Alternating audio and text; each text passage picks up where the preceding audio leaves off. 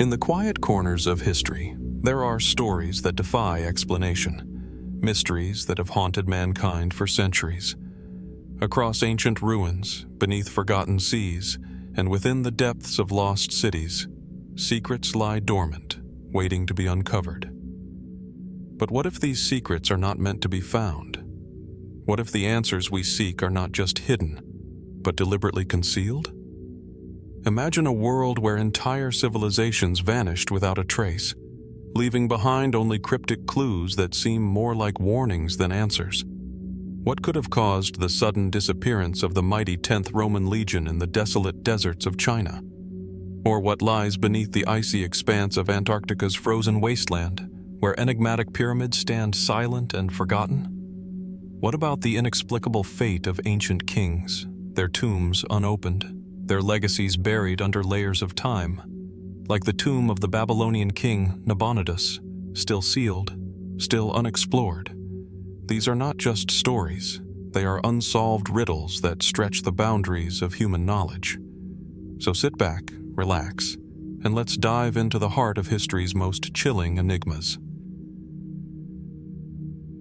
In the heart of Egypt, beneath the weight of centuries and the shifting sands of time, a discovery was made that would haunt archaeologists and historians alike for decades. In a hidden tomb, far from the bustling cities of Cairo or the grand ruins of Luxor, there lay an enigmatic mummified body, a priestess of Isis. But it wasn't just the age of the body that sparked intrigue. It was the air of mystery surrounding its burial and the powerful symbolism attached to the figure. A woman of faith, perhaps, but also a woman whose death, just as her life, was shrouded in the unknown. The tomb, uncovered in the mid-20th century in a secluded part of the Nile Valley, was nothing like the grandiose burial sites of the pharaohs. It was smaller, humbler even, yet the artifacts within it were nothing short of remarkable. Precious amulets, intricately carved statues of Isis, and ceremonial objects that reflected the goddess's multifaceted nature. These were clues to the identity of the woman buried there. But it was the mummy itself, preserved in exquisite detail, that commanded the most attention.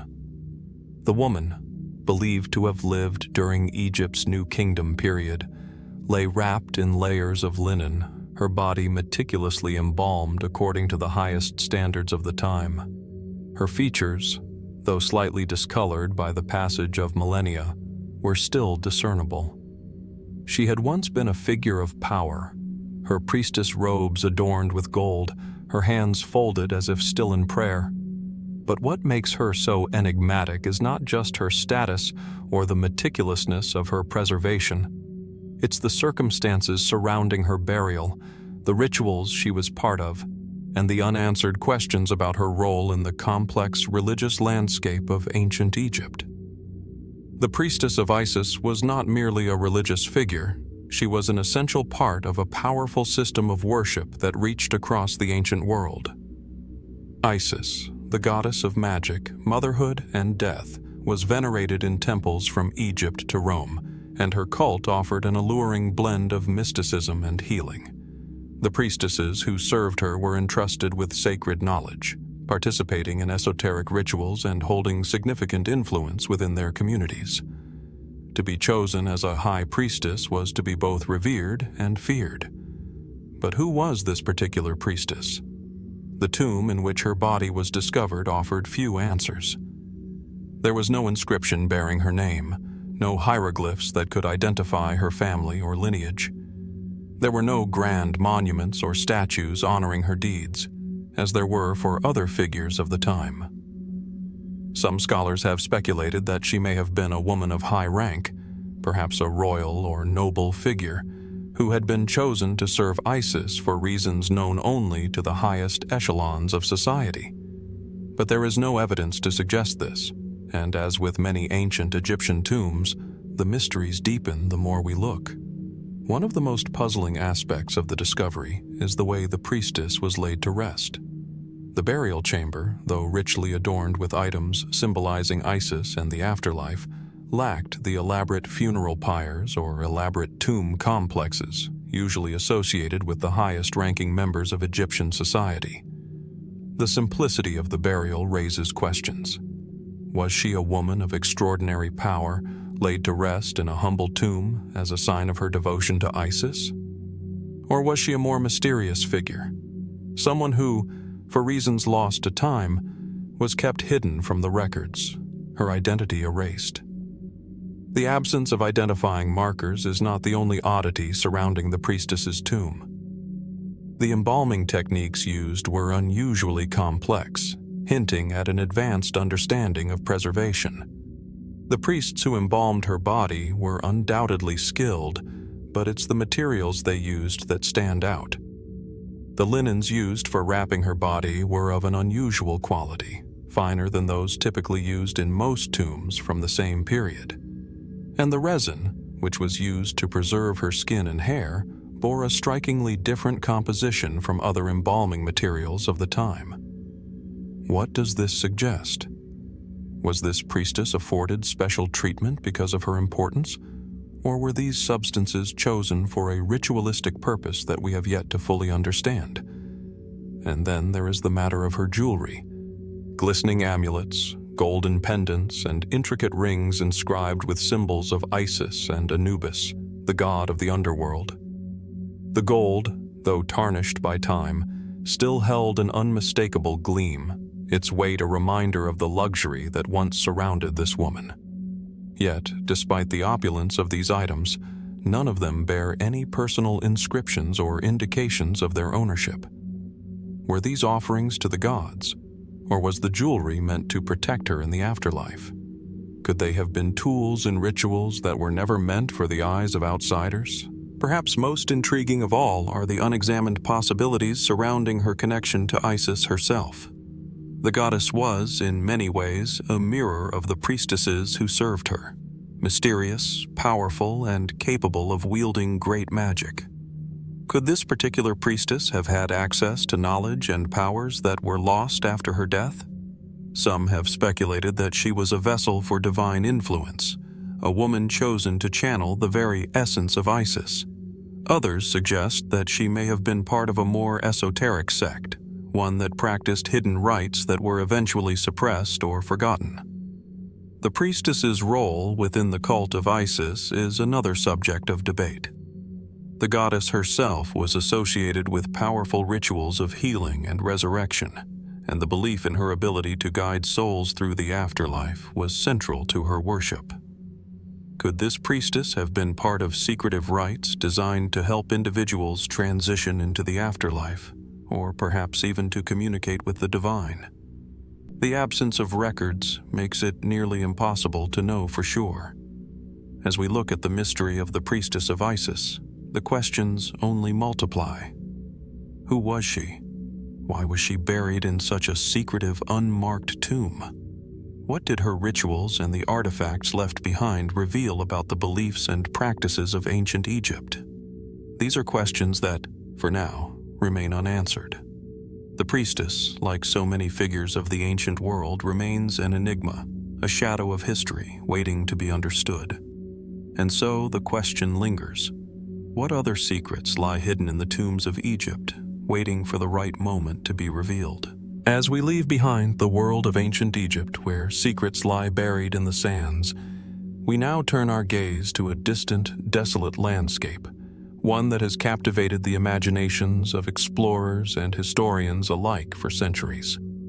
The Gobi Desert, a vast expanse of unforgiving terrain, stretches across northern China and southern Mongolia, where the air is thin, the temperature extremes are harsh, and life seems barely able to survive.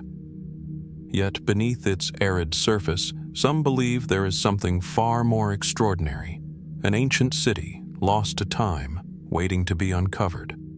This is the legend of the lost city of the dragon's lair. The Gobi Desert is known for its striking contrasts. From its towering sand dunes to its rocky plateaus, the landscape appears almost untouched by human hands. And yet, deep within this wilderness, there are stories of a forgotten civilization, one that may have thrived for centuries before disappearing without a trace.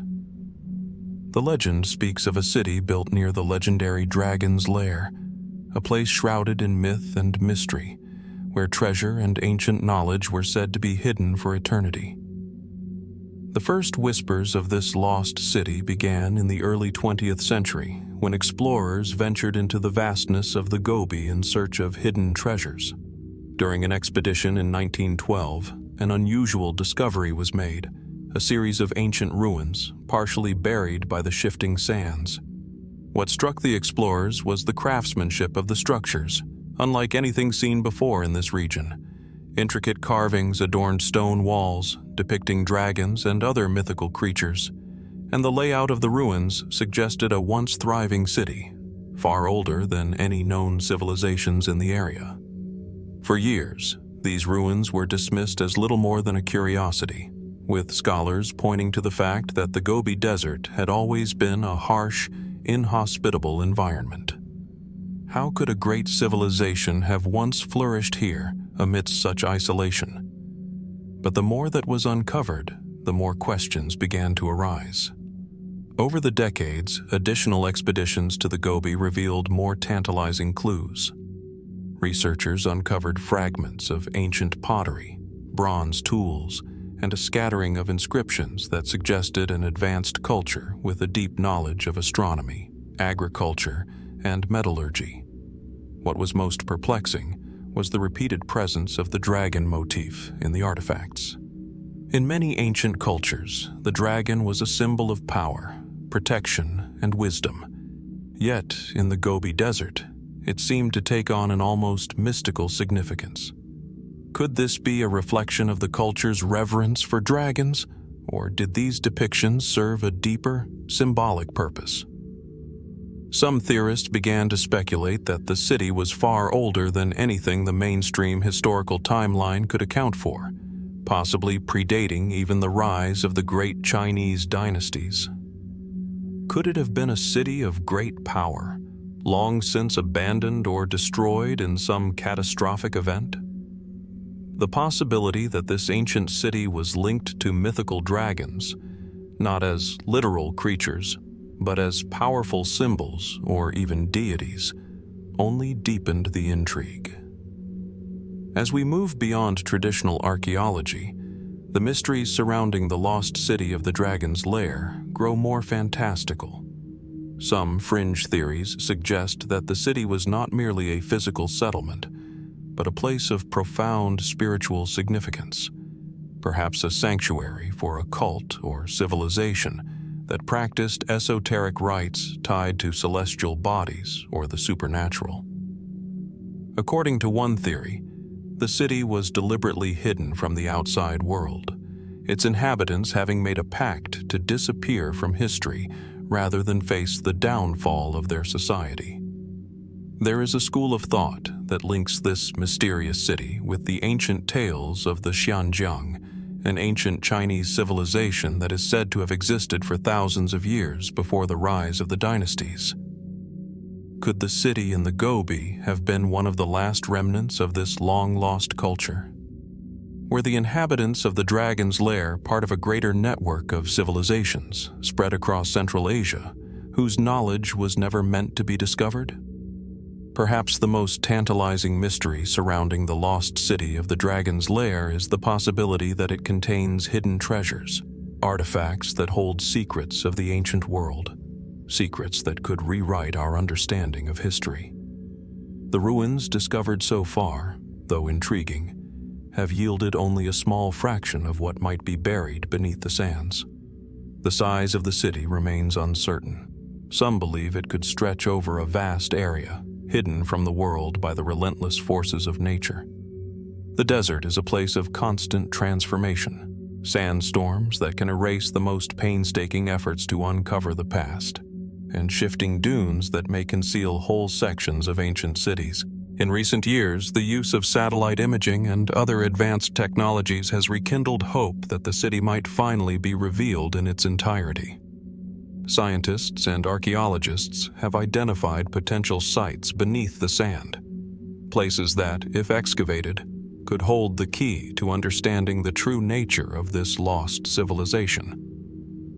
Some suggest that the city's underground structures may still lie intact, hidden from view but preserved by the desert's extreme conditions. But even as these tools of modern science offer new possibilities, there are those who caution against drawing conclusions too quickly. The Gobi Desert is a place of extremes. Temperatures can plummet to -40 degrees Fahrenheit in the winter, while scorching heat can soar above 100 degrees Fahrenheit in the summer. Such conditions are not just inhospitable to life, they are also a powerful force against the preservation of history. It is possible that what remains of the lost city of the dragon's lair may be too deteriorated to ever reveal its full story. For now, the city remains an enigma, a shadow in the sands, its secrets buried beneath layers of time. Was it a true city, once home to an advanced civilization, or merely a legend? What of the dragons? Are they merely symbols, or is there more to their presence in the city's artifacts?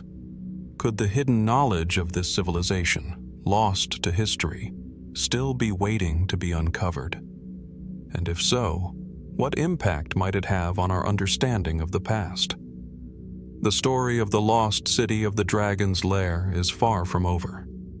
The mysteries of the Gobi Desert, like those of the Priestess of Isis and countless other unsolved enigmas, continue to haunt us, lingering just beyond our reach.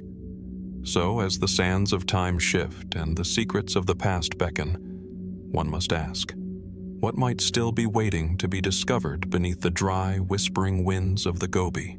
As we leave behind the Gobi Desert, with its myths of lost cities and hidden dragons, we now turn to a different kind of mystery, one that has lingered in the shadows of ancient Mesopotamia for over 2 millennia. It is the mystery of a king whose legacy was overshadowed by the rise of the Persian Empire and a crypt that remains unopened, waiting to tell its secrets to those who dare to uncover them. This is the story of Nabonidus, the last king of the Neo-Babylonian Empire, and the enigmatic crypt that has yet to reveal its contents. The city of Babylon, once a sprawling metropolis that stood as the jewel of ancient Mesopotamia, is a place where the past is still very much alive in the ruins that scatter the landscape. The grandeur of its walls, its temples, and its iconic Ishtar Gate speak of a civilization at the height of its power. Yet, in the shadow of these marvels, one of Babylon's most intriguing figures, King Nabonidus, has remained largely forgotten by history. His reign was short, his influence eclipsed by the rise of his successor, Cyrus the Great of Persia. But it is Nabonidus's tomb, still undisturbed beneath the sands of time, that keeps his memory lingering at the edges of our collective curiosity. Nabonidus ruled Babylon from 556 BCE to 539 BCE, a period that marked the final years of the Neo-Babylonian Empire. His reign was not marked by military conquests or monumental victories, but by a series of religious and political reforms that set him apart from previous rulers. Nabonidus was a king who believed in the divine, yet he did not worship Babylon's traditional god, Marduk, in the way his predecessors had. Instead, he devoted much of his life to Sin, the moon god, even going so far as to leave Babylon and spend years in Tima, modern-day Saudi Arabia, where he established a new sanctuary for Sin. This act of religious reform was unprecedented and not entirely popular. His abandonment of Babylon, even if temporary, alienated many of his subjects, and his unusual religious practices caused unrest among the priesthood. Despite these controversial actions, Nabonidus's legacy was forever altered by the arrival of Cyrus the Great. In 539 BCE, after a protracted siege, Cyrus took Babylon and Nabonidus was captured. Some accounts suggest that he was treated with respect by the Persians, though others indicate that he was humiliated and exiled. His death remains a subject of debate. Some sources say he died in exile, others suggest he was executed, but there is no definitive record of how or where his life ended. However, one thing is clear. his crypt, like his reign, was left hidden. The unopened crypt of Nabonidus has captivated historians and archaeologists for generations. Despite the extensive excavation of Babylon and the surrounding areas, Nabonidus's final resting place remains a mystery. No trace of his tomb has been found. Could it be buried deep beneath the ruins of Babylon, hidden within a secret chamber that has yet to be uncovered? Or did it lie elsewhere, perhaps outside the city, in a remote location that has since been forgotten? The absence of a tomb is itself strange. In ancient Mesopotamian tradition, the burial of a king was an event of great significance. Tombs were not only places of rest, but also symbols of a king's power and connection to the gods. The tombs of earlier Babylonian kings, such as Nebuchadnezzar II, were adorned with lavish treasures and intricate artwork, and were often located within the city's sacred boundaries. Nabonidus, however, appears to have been denied such a burial, or at least one that has survived the ravages of time. Theories abound about why this might be the case. Some scholars suggest that Nabonidus's unusual religious practices might have influenced the manner of his burial. Did his estrangement from the Babylonian priesthood result in a refusal to honor him with the grand burial expected of a king? Or was his crypt deliberately hidden, perhaps to prevent it from falling into the hands of invaders like Cyrus, or even later rulers of Babylon? Could Nabonidus have been buried in secret, his resting place intentionally erased from history? Others have speculated that Nabonidus's crypt might have been designed to be inconspicuous, perhaps to reflect his own spiritual journey. His devotion to Sin, a god not traditionally worshipped in Babylon, might suggest that his final resting place was intended to be hidden, like the god he served. Could Nabonidus have chosen to be buried in an isolated, unremarkable location, away from the grand mausoleums of his predecessors, to avoid the trappings of royal glory? Or perhaps the location of his tomb was intentionally lost, an attempt to erase his legacy entirely after the Persian conquest. Adding to the intrigue are the cuneiform inscriptions that have been discovered in Babylon.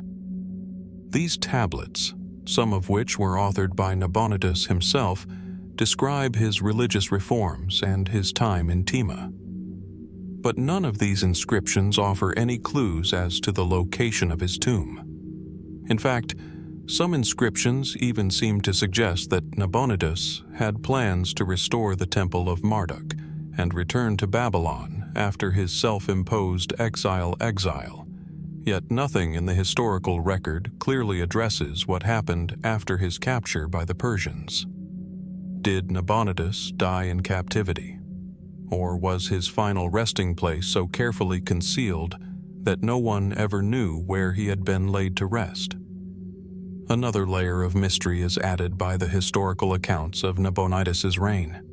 Ancient historians, including Herodotus and Berossus, paint conflicting pictures of the king. Some describe him as a religious zealot, obsessed with the god Sin, while others suggest he was a victim of political upheaval.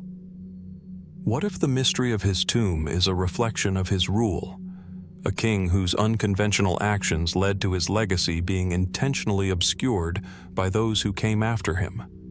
As of today, no excavation has yielded any definitive evidence of Nabonidus's final resting place. The crypt, as elusive as the man himself, remains one of the greatest unsolved mysteries of ancient history. Was his burial place simply lost to time? Or was it hidden for reasons still unknown? Could it be that the final resting place of Nabonidus is still out there, somewhere in the ruins of Babylon, buried beneath the shifting sands or hidden deep within the remains of the ancient city? Or did the king's exile, his controversial reign, and the fall of his empire result in a deliberate effort to erase him from history altogether? The mystery of the unopened crypt of Nabonidus persists, an enigma that continues to beckon. What will it take to uncover the tomb of the last king of Babylon? And what secrets, if any, lie within that crypt, waiting for the day when they are finally brought into the light? As we leave behind the shadows of the Templar tunnels beneath the Temple Mount, we now shift our focus to one of the most iconic landmarks in the world, the Colosseum in Rome.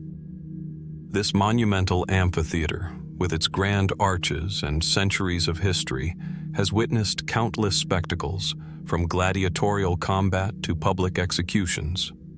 Yet, beneath its storied exterior, some believe there is another secret, one that has remained hidden for centuries, an underground library buried deep within the structure, containing knowledge that has been lost to time. The Colosseum, known as the Flavian Amphitheater, stands as a symbol of the might and grandeur of ancient Rome. Completed in 80 CE under the reign of Emperor Titus, it was once the largest amphitheater in the Roman world, capable of seating up to 50,000 spectators. For centuries, it served as a venue for brutal gladiatorial games, animal hunts, and mock naval battles. Its massive stone walls, now weathered by time and the elements, still echo with the sounds of the past. A place where emperors, citizens, and slaves alike gathered to witness the might of Rome on full display. But beneath the Colosseum's famed arena, within the labyrinth of tunnels and chambers that lie hidden from the public eye, a different story unfolds. Some believe that there, beneath the blood-soaked sands, lies a library, not a typical collection of scrolls or manuscripts, but a repository of ancient knowledge, carefully guarded and preserved for generations. What might such a library contain, and why has it remained hidden for so long? The idea of a library beneath the Colosseum is not as far-fetched as it might initially seem. In ancient Rome, libraries were not just places for the public to gather and read. They were repositories of power, places where knowledge was stored, protected, and often kept secret.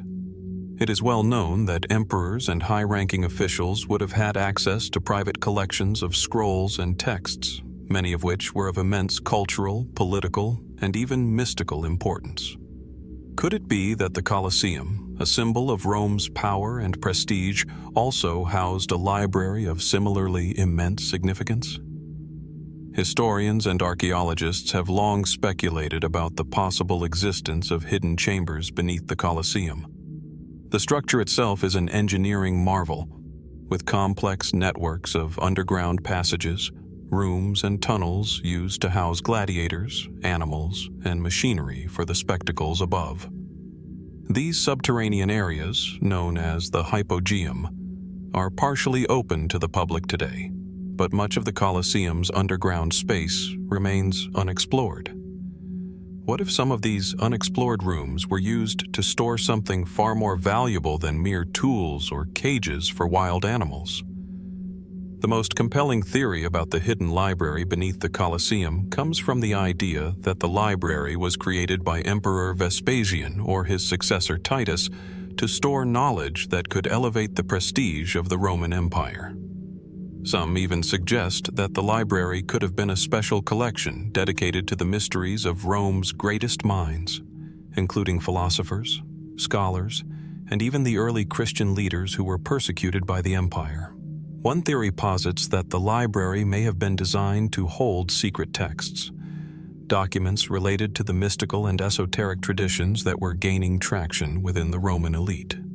During this period, Rome was a melting pot of diverse cultures, philosophies, and religions, and it is believed that some members of the upper echelons of Roman society were deeply interested in occult knowledge, astrology, alchemy, and other mystical disciplines. What if the library contained scrolls that documented these forbidden practices, preserved in the shadow of the amphitheater to protect them from outside influence? The most tantalizing possibility is that the library may have held early Christian texts, documents that were deemed heretical by the Roman authorities. During the time of the Colosseum's construction, Christians were persecuted for their refusal to worship Roman gods and their radical beliefs. Could the library have been used as a safe house for forbidden religious texts, hidden away from the eyes of those who would seek to destroy them? There are even some who speculate that the works of the early Christian writers, perhaps the original Gospels or letters of the Apostles, could have been stored beneath the Colosseum. Such a discovery would have immense implications for both religious and historical scholarship. Could it be that the early Christian church, in its quest to preserve its sacred teachings, used the Colosseum as a sanctuary, a place where its most important writings were hidden from the world for centuries? But as with many ancient mysteries, the truth is elusive. Despite several archaeological investigations beneath the Colosseum, no concrete evidence of a hidden library has ever been found. The hypogeum's tunnels and chambers have been excavated over the years, revealing remnants of the gladiatorial combatants, the beasts they fought, and the mechanisms used to raise and lower them into the arena. Yet there has been no mention of any hidden texts or libraries, leaving the mystery to persist in the realms of speculation. Some researchers point to the lack of historical documentation regarding such a library as evidence that it may never have existed. The Colosseum was, after all, primarily a venue for public spectacles, not a place for intellectual pursuit. The Romans had other, more prominent libraries, such as the Library of Alexandria, to house their texts. Why would the Colosseum, a place of bloodshed and violence, be chosen as the location for a repository of sacred or forbidden knowledge? Yet, the absence of proof is not necessarily proof of absence. The Colosseum was a symbol of imperial power, and the idea that the emperors of Rome would have hidden such a library beneath its floors is not entirely implausible. Some argue that the library could have been deliberately concealed, its existence hidden for political reasons or to safeguard its contents from those who might wish to exploit them. Moreover, there is the possibility that the library's contents were moved or destroyed after the fall of the Roman Empire. Many ancient libraries were looted, burned, or buried during the tumultuous centuries that followed the empire's collapse. Could it be that the knowledge contained in the Colosseum's hidden library was lost to the ravages of time and war? The enigma of the hidden library beneath the Colosseum is a mystery that continues to captivate the imagination. While no definitive evidence has been found to confirm its existence, the tantalizing possibility remains. Could there be a collection of ancient texts, documents that hold the key to understanding lost Roman secrets, early Christianity, or mystical knowledge, waiting to be uncovered beneath the arena floor? Perhaps one day, when the dust settles and the world turns its attention to the Colosseum once more, archaeologists may find the answers to these questions. Until then, the mystery remains unsolved, leaving us to wonder, what knowledge might still lie hidden beneath the ancient stones of Rome's greatest monument? As we step away from the stone walls of ancient Rome, we now turn our focus to the jungles of Mesoamerica, where another enigma awaits, one that has remained veiled in mystery for centuries. Deep in the dense forests of southern Mexico lies the ancient city of Palenque, a once thriving Mayan metropolis, long abandoned, its secrets buried beneath the dense foliage. Among its ruins is the Temple of the Inscriptions, a structure whose mystery has haunted archaeologists for decades. It is here, in this sacred temple, that the lost treasure of the Maya king Pacal is believed to lie, hidden beneath layers of stone and history, waiting to be uncovered. Palenque is not just another Mayan city. It is a place of extraordinary artistry and architectural achievement. At its peak, the city was a hub of culture and power, home to temples, palaces, and intricate hieroglyphic inscriptions that tell the story of the Maya civilization's rulers. Among these rulers, King Pacal the Great stands out, not only for his reign from 615 to 683 CE, but also for his elaborate tomb, which was discovered in 1952 within the Temple of the Inscriptions. The tomb of Pacal, found beneath the temple's stone floors, is a marvel of Mayan engineering. It was sealed with a large stone lid, intricately carved with a depiction of the king in a moment of symbolic rebirth. The discovery of his tomb was groundbreaking, as it revealed a wealth of treasures, including jade jewelry, ceramic vessels, and ornaments. But perhaps the most fascinating part of Pacal's tomb was the sheer scale of the treasure that seemed to lie just out of reach. Some believe that there may be even more hidden beneath the temple, waiting to be uncovered, treasures that are far more than mere riches. The treasure of King Pacal is thought to have been carefully hidden, not just as an offering for the afterlife, but as a symbol of his power, intended to secure his place in the pantheon of Maya rulers for eternity. The intricacy of the burial suggests that Pacal's treasures were meant to protect him in the afterlife, perhaps even ensuring the prosperity of the kingdom he left behind. But what if there was more to this treasure? Could there be hidden secrets in Pacal's tomb that have eluded discovery for over half a century? The idea of additional treasure buried beneath the temple is not just speculation. It is rooted in the complex symbolism that the Maya attached to their burial practices. In Mayan culture, death was not seen as an end, but as a transition. The tombs of the Maya were designed to represent a doorway to the afterlife, and often included symbolic representations of the king's divine role, as well as offerings meant to ensure his continued power.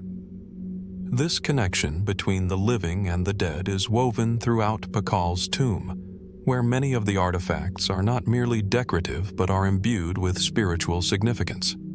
Yet, despite the wealth of artifacts already discovered in the Temple of the Inscriptions, some archaeologists believe that a greater treasure remains hidden, perhaps concealed in secret chambers yet to be unearthed. The sheer scale of Pacal's burial suggests that he was not only a king, but a figure of enormous cosmic importance. Could it be that his tomb contains hidden knowledge, perhaps writings or relics of a lost Mayan tradition that could offer new insights into the Maya worldview? As we delve deeper into the mystery, one must consider the possibility that Pacal's tomb was never fully uncovered, or that certain chambers were deliberately sealed. The burial chamber itself, as elaborate as it is, may hold further clues. Some speculate that hidden inscriptions or symbolic objects may lie beneath the temple, waiting for modern archaeologists to decipher their meaning. If these chambers do exist, what could they contain? Could they hold ancient manuscripts, lost knowledge of the Maya's advanced understanding of astronomy, mathematics, or even spiritual beliefs? There is also the theory that the treasure of King Pacal could extend beyond material riches. The Maya were a people deeply connected to the cosmos, and they believed that their kings were divine intermediaries between the gods and the people. Could it be that Pacal's treasure holds sacred knowledge, perhaps even cosmological secrets hidden in plain sight? Some have suggested that the tomb's carvings, which feature Pacal in what appears to be a moment of ascension, could represent a deeper metaphysical concept. Was Pacal's burial intended to be a portal for his spirit to ascend to the heavens, carrying with it the keys to hidden knowledge that could alter the course of human understanding? One of the most intriguing aspects of the mystery surrounding Pacal's treasure is the idea that it may be connected to the wider Mayan civilization's decline. By the time of Pacal's death, the Maya were already experiencing significant social, political, and environmental challenges. Could Pacal's treasure have been a final effort to secure the power of his dynasty and the future of his people? Or did it represent a desperate attempt to preserve the sacred knowledge of the Maya for future generations? In this sense, Pacal's tomb could be seen as a safeguard, not just for his own soul, but for the legacy of the Maya civilization itself. But the mystery does not end with the treasure itself. The Temple of the Inscriptions, built to honor Pacal, is also home to a series of intricate inscriptions that have yet to be fully deciphered.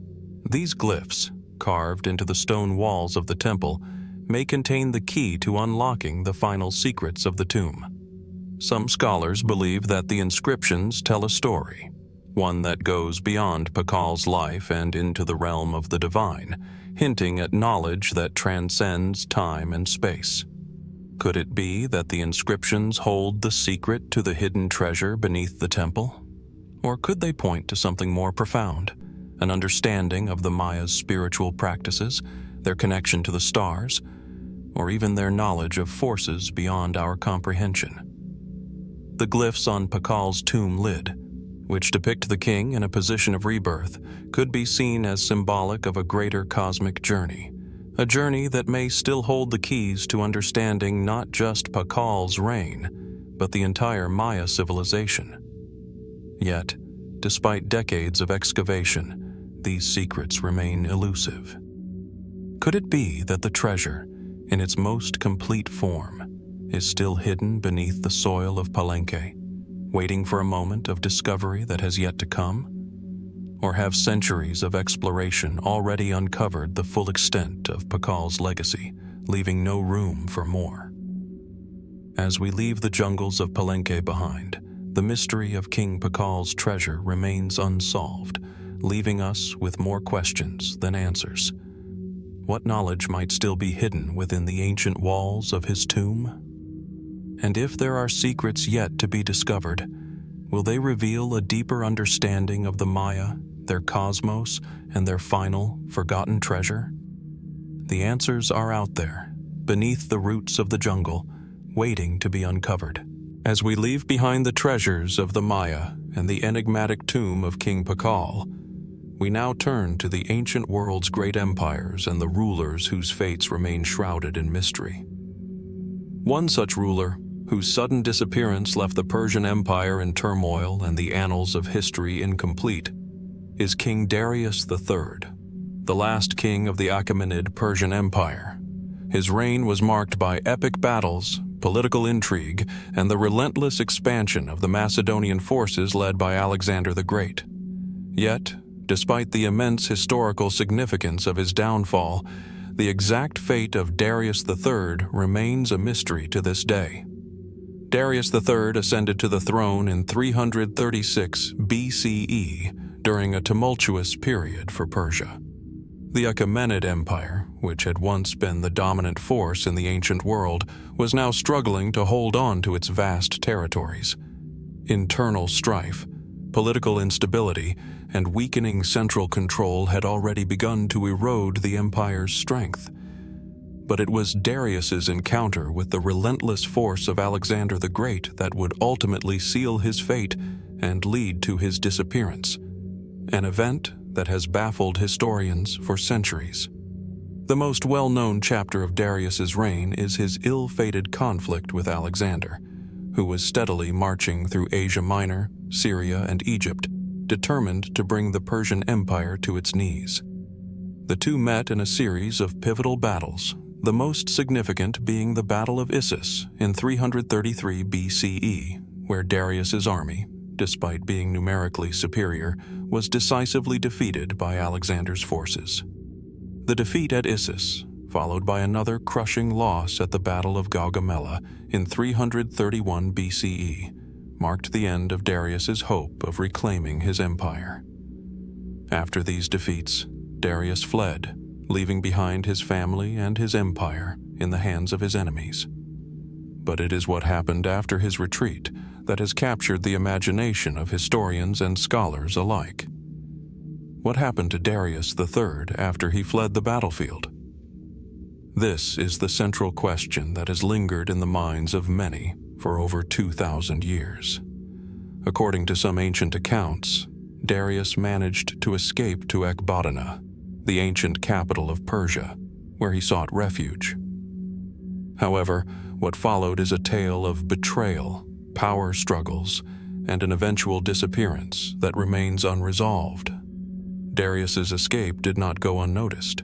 His retreat was seen by many as a sign of weakness, and it was only a matter of time before Persian nobility began to see the collapse of the empire as an opportunity for their own advancement. In the absence of a strong leader, the once glorious Achaemenid Empire was divided. As Alexander's forces continued to advance, Darius's power further eroded. His own generals and advisors, many of whom were once loyal, began to turn against him. The most famous account of Darius's eventual fate comes from Plutarch, the ancient historian. According to Plutarch, Darius was ultimately betrayed by one of his own satraps, Bessus, the satrap of Bactria. After Darius had been deposed and was attempting to flee eastward, Bessus and his followers captured him, and in a cruel twist of fate, they left him to die, allegedly assassinated by his own men. But even the circumstances of his death remain shrouded in ambiguity. Some accounts suggest that Darius was killed by his captors, while others claim that he died of his wounds, whether inflicted by his own men or by the forces of Alexander. The varying versions of his death create a mosaic of conflicting narratives, each contributing to the overarching enigma of his final days. Yet, despite these accounts, there is no definitive proof of Darius's death. Could it be that Darius survived his captivity and disappeared into obscurity, perhaps even living in exile for years after the fall of his empire? Some theories suggest that, after being captured and seemingly abandoned, Darius could have escaped once again, seeking refuge in the remote corners of the Persian Empire, where he could have lived out the remainder of his life in anonymity. But this remains pure speculation, as no conclusive evidence has ever surfaced to confirm this idea.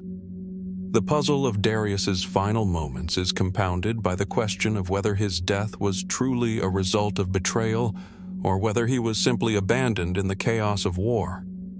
If he was indeed betrayed by Bessus and his followers, what motivated this treachery?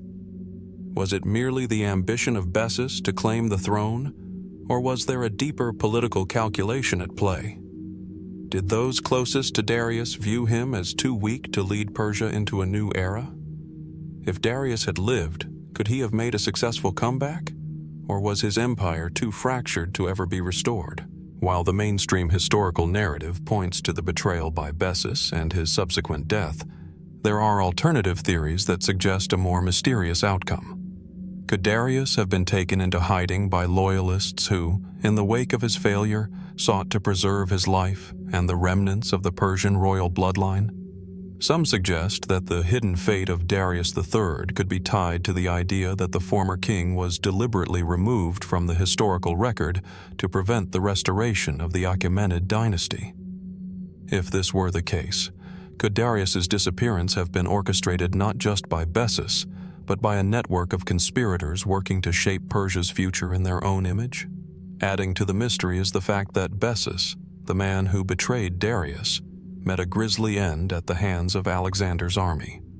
After Darius's death, Bessus was captured, brought before Alexander, and executed in a gruesome public display. Was this a symbolic act of justice, or did it signify the final erasure of Darius's legacy from the historical record? The truth remains elusive. As is often the case with ancient figures and events, the answers are fragmented, buried beneath layers of history and myth. The fate of King Darius III continues to haunt us, not only because he was the last king of the mighty Achaemenid Empire, but because his final days seem to slip through our fingers, elusive and incomplete. Did he die in the cruel hands of his captors, or did he escape into the wilderness, forgotten by history? What we do know is that the death of Darius marked the end of an era, the end of the Persian Empire, and the rise of Alexander the Great as the uncontested ruler of much of the known world. As we reflect on the mystery of Darius III, we are left to wonder, could the true fate of this king, his final days, and the legacy of the empire he once ruled be lost forever to the sands of time? Or is there a forgotten chapter still waiting to be discovered, hidden in the shadows of ancient Persia, waiting to shed light on the final days of a king whose disappearance remains one of history's most chilling mysteries? As we leave behind the vast Persian Empire and its enigmatic rulers, we now turn our gaze to one of the most mystifying and ancient lands in human history, the land of Egypt. Here, amidst the eternal sands of the Valley of the Kings, where the tombs of pharaohs and queens are carved into the rock and buried beneath the earth, lies a mystery that has remained unresolved for centuries. The forgotten tomb of the pharaoh's high priest. A tomb that could contain not only the secrets of ancient Egypt's most powerful religious figures, but also offer profound insight into the political and spiritual worlds of the pharaohs themselves. In the heart of Egypt, the Valley of the Kings is a place of staggering historical significance. It is here that some of the most remarkable tombs of Egypt's New Kingdom period have been discovered, including the famous tomb of Tutankhamun and the more recently uncovered tomb of Seti I, often considered one of the most beautiful tombs ever found in the valley. Yet, despite the hundreds of tombs that have been uncovered over the years, one remains elusive: the tomb of an ancient figure whose title alone evokes power, mystique, and reverence: the High Priest of Amun. Amun was the king of the gods in ancient Egyptian religion, a deity whose influence reached the highest echelons of Egyptian society. By the time of the New Kingdom, particularly during the 18th dynasty, Amun's priests wielded extraordinary power, often rivaling that of the pharaohs themselves. They were not just religious leaders, but political ones as well, advising the rulers of Egypt and controlling vast wealth and land. Among the many high priests of Amun, I stands out as one of the most historically significant figures. His role in the religious and political life of Egypt was pivotal, and some even believe that he may have played a key part in the mysterious reign of Tutankhamun. After Tutankhamun's untimely death, I is thought to have ascended the throne, taking on the title of pharaoh and ruling Egypt for a short period. His influence over the royal court, combined with his status as a high priest, suggests that the tomb of such a powerful figure would be of immense significance. But, despite his importance, I's tomb has never been conclusively identified. Some scholars believe that it remains hidden somewhere in the Valley of the Kings, possibly even waiting to be uncovered. The mystery of the high priest's tomb begins with the realization that the tomb of such a powerful religious and political figure would almost certainly be marked by lavish art, inscriptions, and riches. If it does indeed lie undiscovered, it raises questions about what might still be concealed in the depths of the valley. Could it be that the tomb of the high priest, potentially one of Egypt's most influential figures, is hidden from view, perhaps purposely obscured from the eyes of archaeologists and explorers? Over the years, Egyptologists and archaeologists have proposed several theories about the tomb's whereabouts. One of the more intriguing ideas comes from the discovery of a previously overlooked tomb in the Valley of the Nobles, which some believe could be the final resting place of a high priest. This tomb, like many others in the valley, was hidden for centuries beneath layers of sand and rubble. Could it be that the tomb of the high priest is buried under similar conditions, lost and waiting to be rediscovered? In addition to the physical search for I's tomb, there is also the question of its contents. The tomb of a high priest would likely have contained not only the body of the priest himself, but also a wealth of artifacts, texts, scrolls, and objects of religious significance. These treasures would provide invaluable insight into the practices and beliefs of ancient Egypt's elite religious figures. But it's not just the physical objects that could shed light on Egypt's past. It's also the inscriptions and hieroglyphs that might reveal long-lost knowledge of the ancient world. Interestingly, some researchers believe that the tomb of the high priest might contain a hidden library of sorts, perhaps even sacred texts that detail the religious rituals of ancient Egypt in a way that has never been seen before. Could these lost manuscripts contain secrets of Egyptian mysticism, the rituals surrounding the worship of Amun, or even forgotten knowledge of the afterlife? Could they provide us with a deeper understanding of the relationship between the pharaohs and their priests, an alliance that, in many ways, was the backbone of Egypt's ancient society? Another compelling theory points to the possibility that the tomb of the high priest was intentionally hidden, either by the priest himself or by his successors. This is not an unusual practice in ancient Egypt, where tombs and burial places were often concealed to protect the deceased's belongings from looters. If the tomb of the high priest was hidden, it could be due to the desire to protect its contents, ensuring that the wealth and knowledge it contained would remain intact for eternity. But what might that wealth include? And what could these long-lost treasures reveal about the nature of power and religion in ancient Egypt? Despite these various theories, the fact remains that the tomb of the high priest has not been conclusively identified. Some Egyptologists argue that the tomb was likely destroyed or plundered in ancient times, its contents lost to history. After all, tomb robbing was a common problem in ancient Egypt, and many royal and priestly tombs were raided by thieves long before modern archaeology could begin its work. It is possible that the high priest's tomb suffered the same fate, with its treasures scattered or lost to time. Yet there are still those who believe that the tomb remains intact, buried beneath the sands of the Valley of the Kings, waiting for the right moment to reveal itself. Could it be that the tomb of this powerful religious figure holds the key to unlocking some of Egypt's most enduring mysteries? Might it contain hidden scrolls, religious artifacts, or hieroglyphic records that would forever change our understanding of the ancient world? Adding to the enigma is the fact that the tomb of the high priest, if it exists, could be a crucial piece in the broader puzzle of ancient Egypt's political and religious dynamics. The relationship between the pharaohs and the priesthood of Amun was one of the most complex and influential in ancient history. The discovery of a high priest's tomb could provide unprecedented insight into this power dynamic, revealing not just the rituals and beliefs of the time, but also the undercurrents of political intrigue that shaped the fate of the kingdom. And yet, despite all of the speculation and theories, the tomb remains lost, or at least hidden from the modern world. Could it be that we are only scratching the surface of Egypt's ancient past?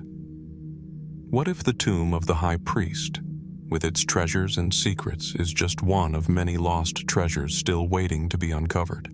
What knowledge, what wealth, what stories from the past could still be hidden beneath the sands of Egypt?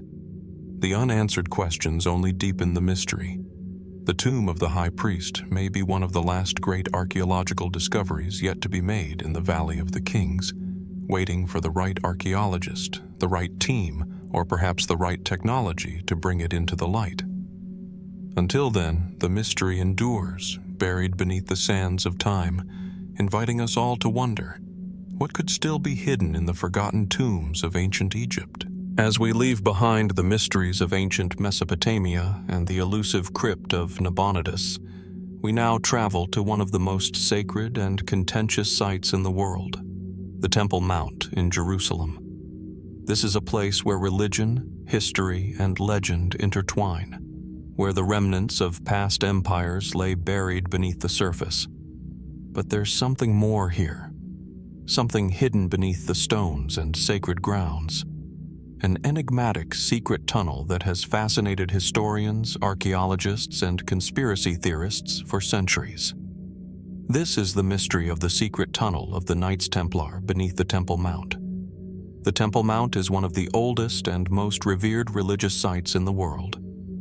It is considered the holiest place in Judaism, the site of the ancient First and Second Temples, where the Ark of the Covenant is said to have been housed. For Muslims, it is home to the Al-Aqsa Mosque, one of the holiest sites in Islam. The complex is a symbol of religious and political power, a battleground for centuries of conquest, destruction, and restoration. But within the labyrinthine history of the Temple Mount, there exists a hidden layer, one that goes beyond the religious narratives and dives deep into the world of medieval knights and forgotten secrets. Beneath the revered stones of the mount, some believe, lies a tunnel, a passageway built by the legendary Knights Templar, whose very name evokes images of secret societies, treasure, and hidden knowledge. The Knights Templar were a medieval Christian military order, formed in the 12th century during the Crusades, with the primary mission of protecting pilgrims traveling to the Holy Land. Over time, the Templars grew immensely powerful and wealthy, accumulating vast amounts of land and resources across Europe and the Middle East. But their rise to power was matched only by their fall.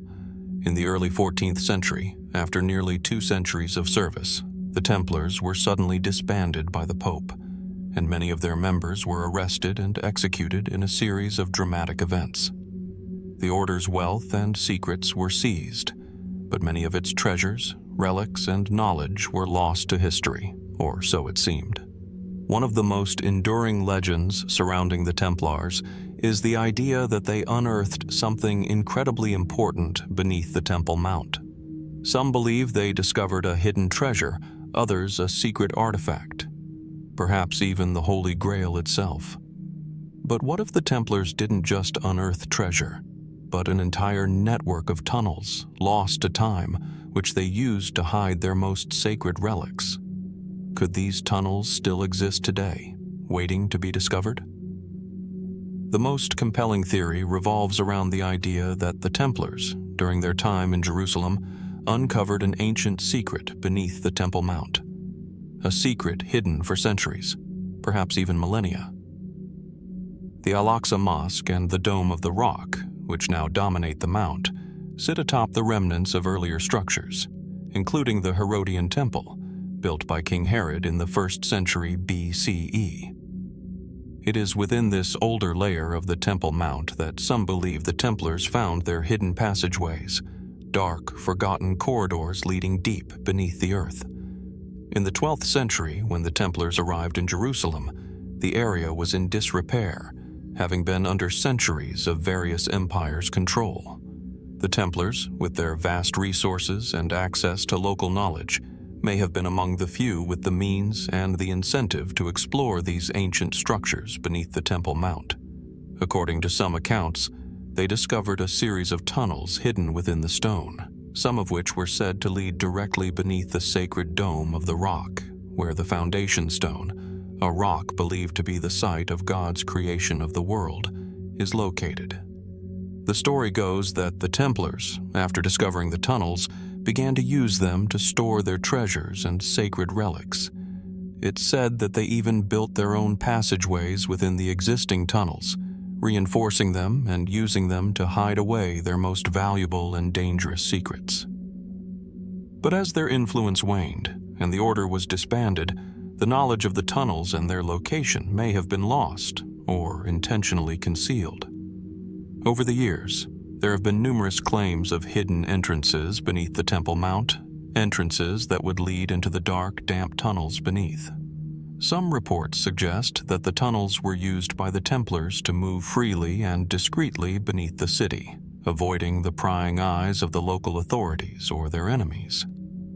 Other accounts describe secret chambers within the tunnels, some of which were said to contain treasures of unimaginable wealth, while others mention ancient relics or lost artifacts that could have held immense historical or spiritual significance. Despite these stories, no definitive evidence has ever been found to confirm the existence of the Templar tunnels beneath the Temple Mount.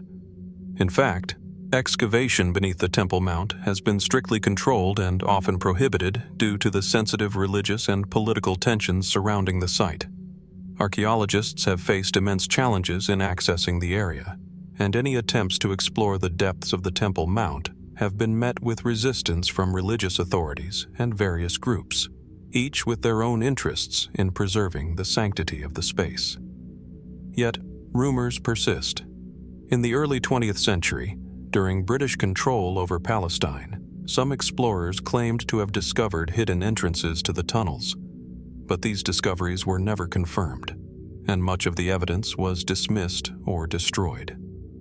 In more recent years, satellite imaging and modern technology have allowed for more detailed surveys of the area, and some researchers claim that unusual anomalies have been detected beneath the Temple Mount, spaces or voids that do not appear to correspond to the known structures. Could these anomalies be the remnants of the secret tunnels once used by the Templars? Or are they merely natural geological features of the area, magnified by the passage of time and the weight of speculation? The mystery only deepens with each passing year. Some theorists suggest that the Templars may have hidden their knowledge of the tunnels to protect it from those who might misuse it. Could the secrets buried beneath the Temple Mount hold the key to understanding the lost history of Jerusalem, or even the origins of the Templars themselves? If the tunnels do exist, what was their true purpose? Were they merely used to hide treasure, or was there something more profound, something that could change our understanding of ancient history?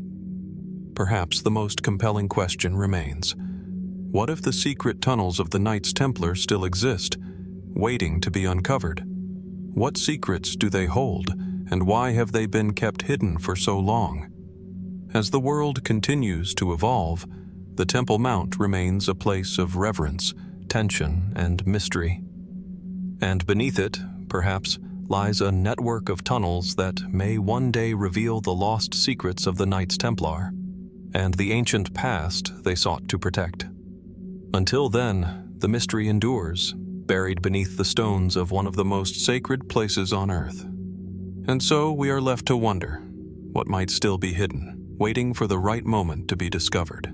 As we leave the ancient sands of Egypt behind, our journey now takes us to the lush, sun-soaked valleys of the Peruvian Andes, where the lost civilizations of South America once flourished. Hidden deep within the earth of Peru, beneath centuries of soil and time, lie the golden artifacts of the Moche civilization, a culture renowned for its advanced artistry, mysterious rituals, and enigmatic legacy. These artifacts, many of which remain shrouded in mystery, offer us a rare glimpse into a civilization that thrived long before the rise of the Inca Empire. But despite the awe-inspiring treasures uncovered, the question remains: what do these artifacts truly reveal about the Moche, and what is still hidden beneath the earth? The Moche civilization, which thrived between 100 CE and 800 CE in what is now northern Peru, was a complex society with advanced knowledge in engineering, agriculture, and metallurgy.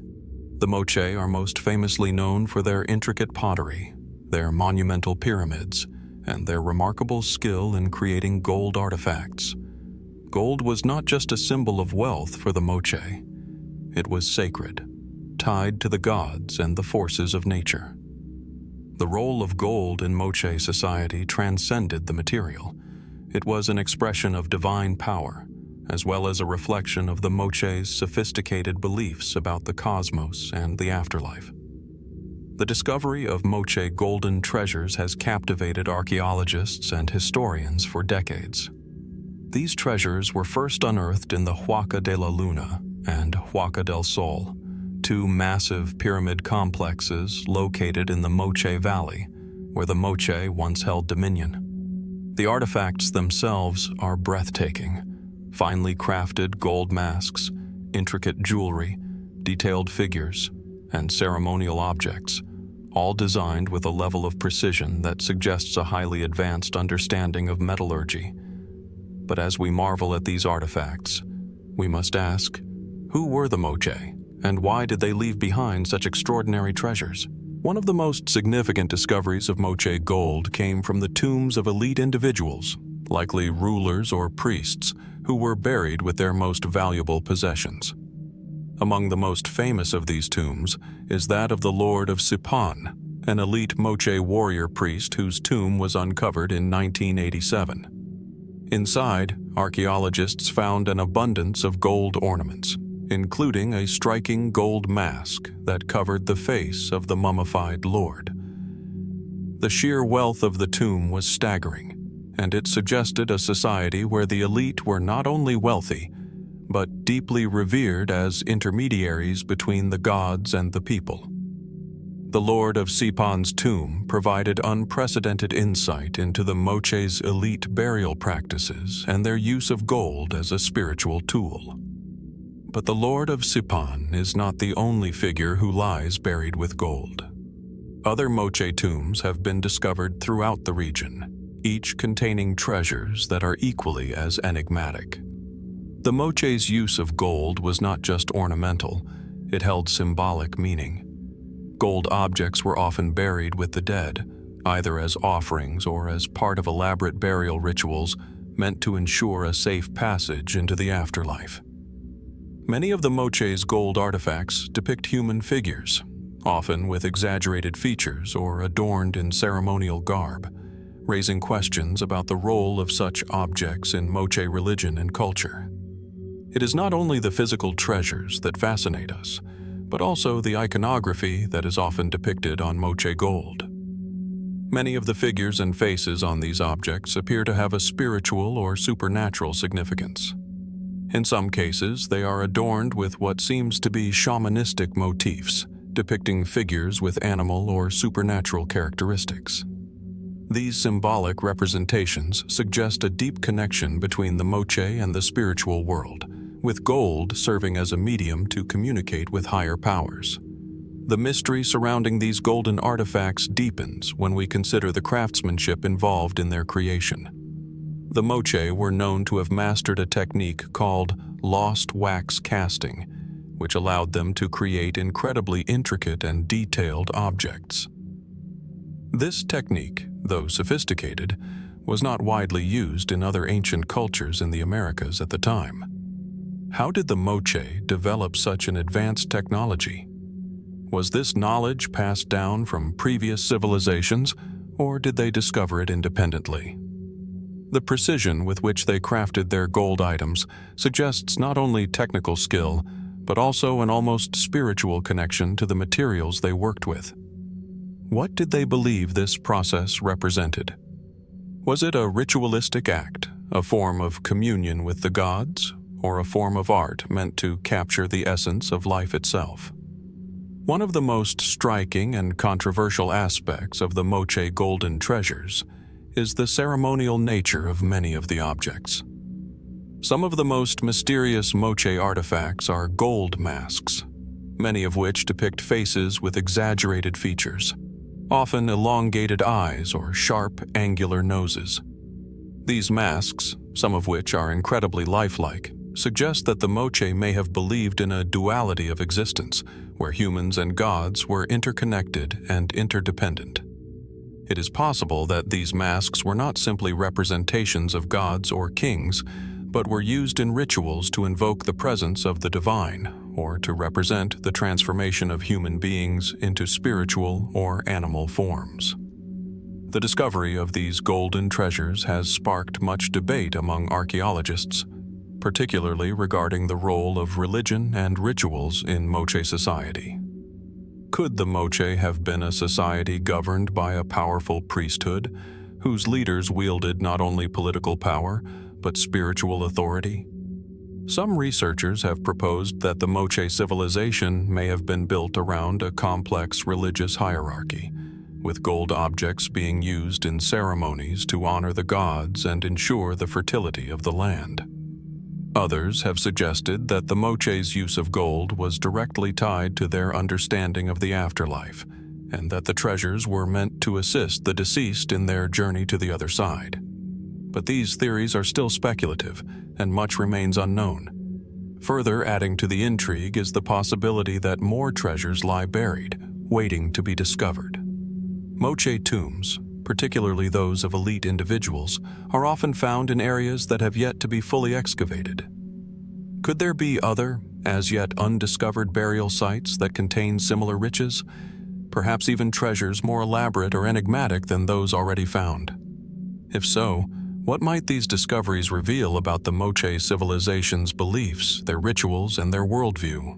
As we journey deeper into the unexplained relics of the past, our path now leads us far to the east, across the Eurasian steppes where vast plains stretch endlessly, and the winds whisper the ancient tales of nomadic warriors. Here, amidst the fog of time, we encounter one of the most extraordinary treasures ever discovered: the golden mask of the Scythian king.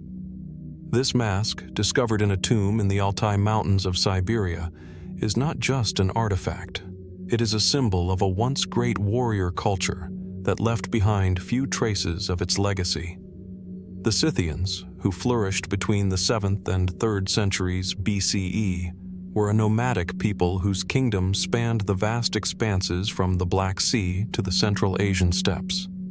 Little is known about them, as their nomadic lifestyle left little permanent evidence behind. And yet, the artifacts they did leave, particularly the Golden Mask, continue to haunt the imaginations of historians, archaeologists, and treasure hunters alike. The mask itself is a marvel of craftsmanship, made from pure gold and intricately designed to resemble the face of a warrior king. The eyes of the mask, large and expressive, seem almost alive, staring forward with an intense, unwavering gaze. The details are astonishing, decorated with patterns that seem to blend the natural world with supernatural symbolism.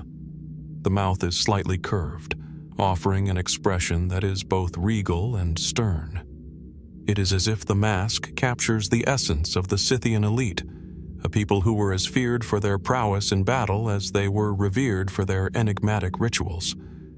Discovered in the late 19th century, the Golden Mask was unearthed in a burial mound known as a kurgan, a type of mound used by the Scythians to bury their dead. This mound, however, was not just the final resting place of a typical Scythian warrior, but of a king, a ruler whose wealth and power seemed to have transcended the ordinary. The mask, along with other treasures found in the tomb, suggests that the person interred there was someone of immense importance, possibly a king or high-ranking chieftain. What makes this discovery even more fascinating is that the Golden Mask is only one of many remarkable finds in this ancient tomb. Among the burial goods were intricately crafted weapons, golden jewelry, and ritualistic items, all suggesting that the Scythians had complex burial rituals steeped in symbolism. Yet, despite the wealth of material culture surrounding this tomb, the identity of the Scythian king remains unknown. Who was this powerful ruler, and why was he buried with such extraordinary treasures? Could the Golden Mask be more than just an artistic creation, perhaps a representation of something even more profound? One of the most intriguing aspects of the mask is its design. The face depicted on the mask is highly stylized, with angular features and exaggerated proportions. It bears a resemblance to no known Scythian ruler, and yet the patterns etched into the surface suggest a deep connection to the spiritual beliefs of the Scythian people. Could the mask represent not just a king, but a divine figure, a ruler who was seen as a bridge between the living world and the realm of the gods? The Scythians were known for their shamanistic practices, and some believe that this mask may have been used in rituals meant to invoke the power of the gods or to ensure the king's safe passage into the afterlife.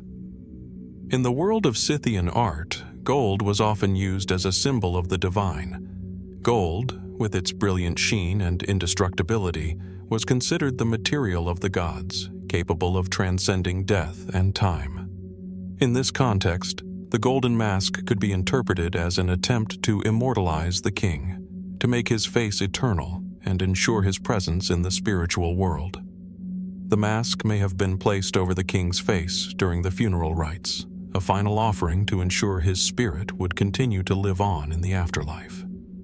Another intriguing possibility is that the mask may have served as a form of propaganda, a way for the king to immortalize his rule and convey his strength to both his people and his enemies.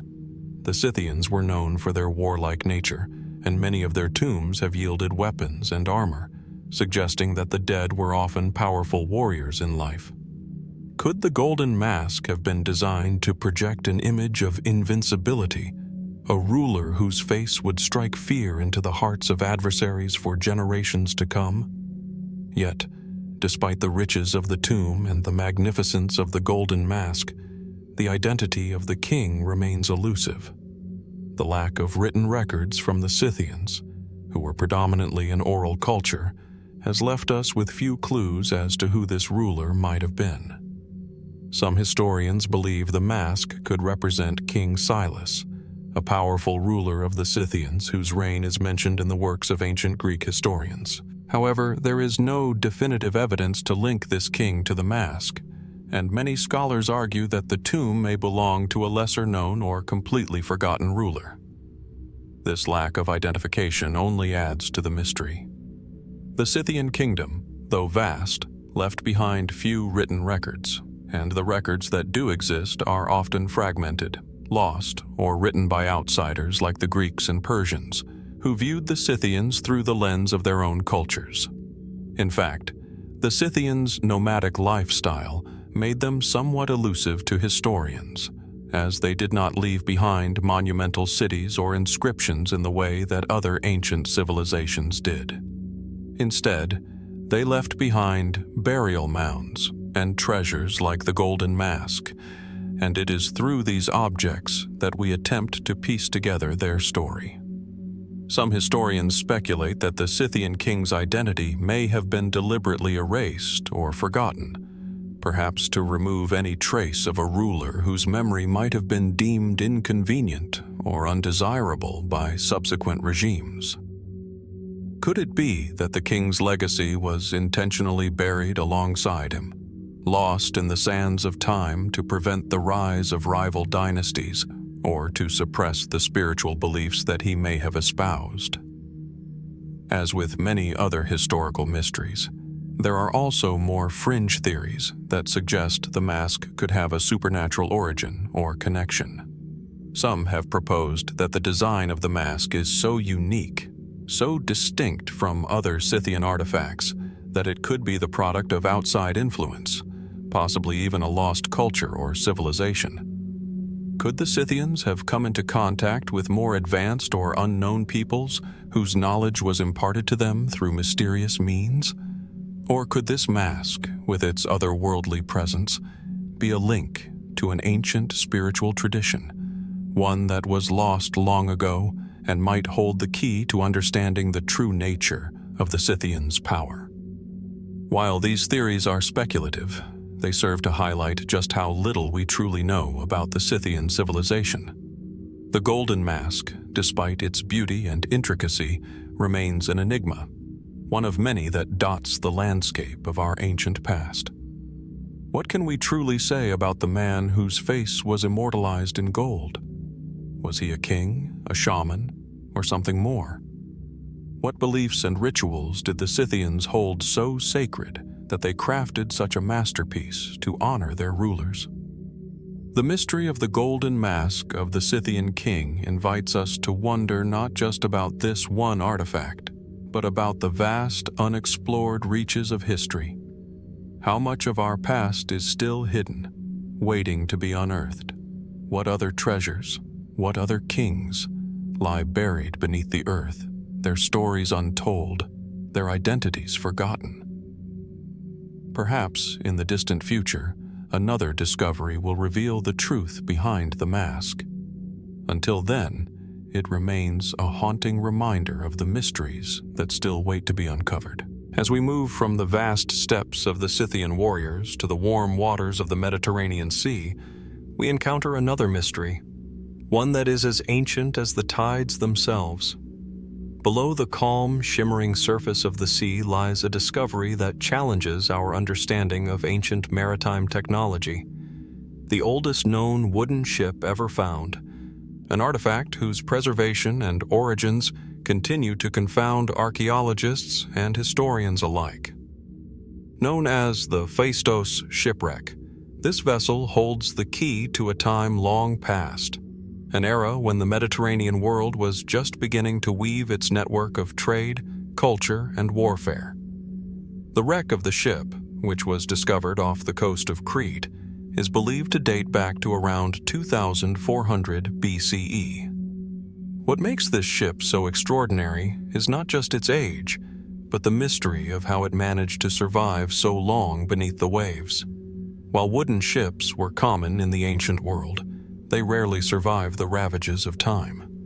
Yet this particular vessel was preserved in an astonishing state, giving us a rare and unexpected window into the technology and craftsmanship of the early Mediterranean world. When the shipwreck was first discovered, it was buried deep in the sediment at the bottom of the sea, its wooden remains resting silently beneath the surface. As divers and archaeologists began to uncover the fragments, they were stunned by the condition of the ship. Large sections of the wooden hull remained intact, as well as some ceramic vessels that had been stored on board, preserved by the unique conditions of the Mediterranean waters. The most remarkable aspect of the discovery, however, was the ship's construction, an intricate design that displayed advanced knowledge of naval engineering for its time. The vessel appears to have been a cargo ship, its purpose likely to transport goods across the Mediterranean. It is thought to have been built using planks of wood that were lashed together with ropes and metal fastenings, a technique that was innovative for its time. The ship's design suggests that it was not just a simple boat, but a vessel capable of long-distance voyages, likely used for the burgeoning trade routes that connected the ancient civilizations of the Mediterranean. These routes were crucial to the exchange of goods, ideas, and culture in the ancient world, and the ship's design reflects the technological advancements that were beginning to take place in shipbuilding. The mystery of the Phaistos shipwreck, however, lies not only in its age and remarkable preservation, but in the unanswered questions surrounding its origins. The identity of the ship's creators remains unknown. Was it built by the Minoans, who inhabited Crete and are known for their seafaring prowess? Or was it constructed by a different civilization, possibly one that has left behind little evidence of its existence? The Minoans themselves are an enigmatic people, and much about their civilization remains shrouded in mystery. They are credited with being among the first to develop advanced maritime technology in the Mediterranean, but their origins and eventual decline are topics of ongoing debate. Adding to the intrigue is the fact that the Phaistos shipwreck is not the only ancient wooden ship to have been found in the Mediterranean. Over the years, various other shipwrecks have been discovered, some even older than the Phaistos vessel. Yet, this particular ship stands out because of its unique construction and the level of preservation.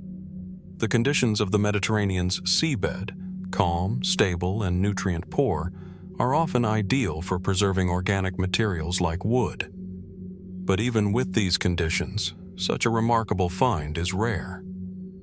How was this shipwreck preserved for over 4,000 years, while so many others have rotted away or disintegrated?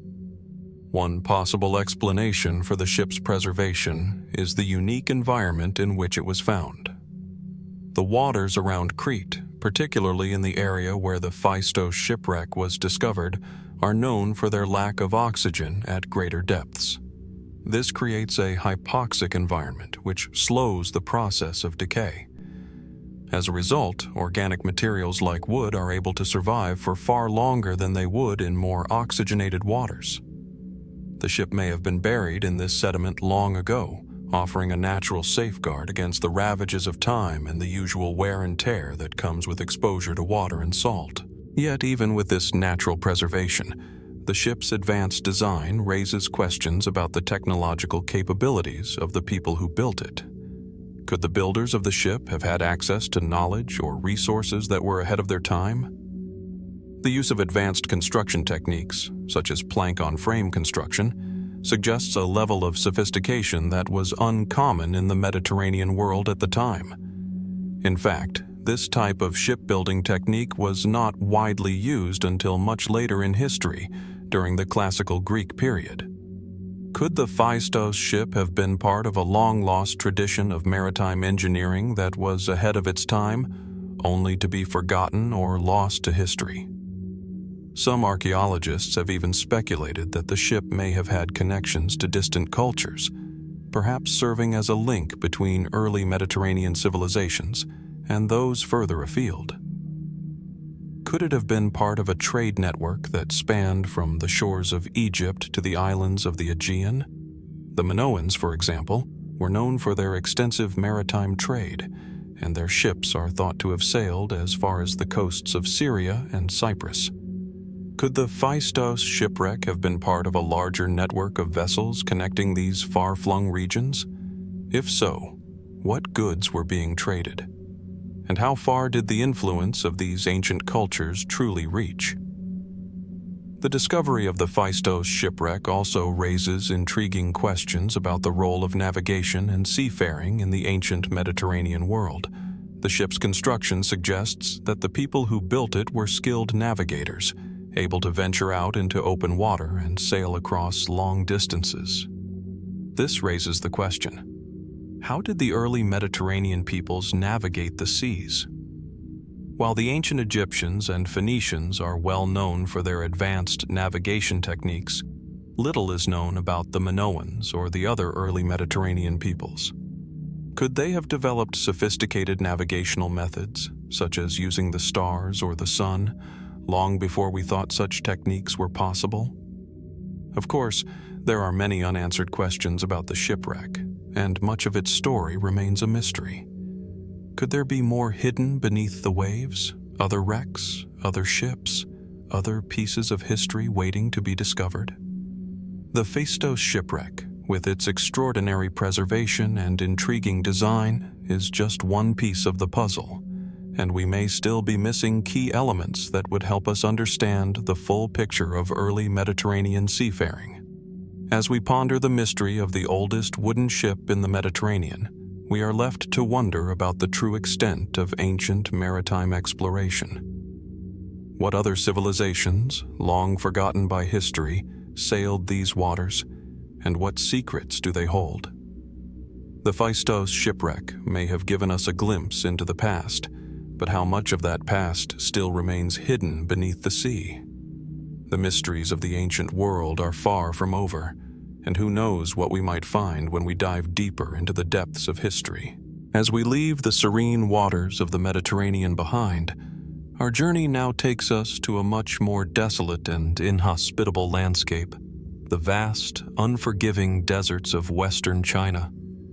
Here, beneath the endless stretches of sand and rugged mountains, lies a mystery that has baffled historians and archaeologists for centuries: the disappearance of the 10th Roman Legion, a military unit that vanished without a trace during an ill-fated campaign in the East.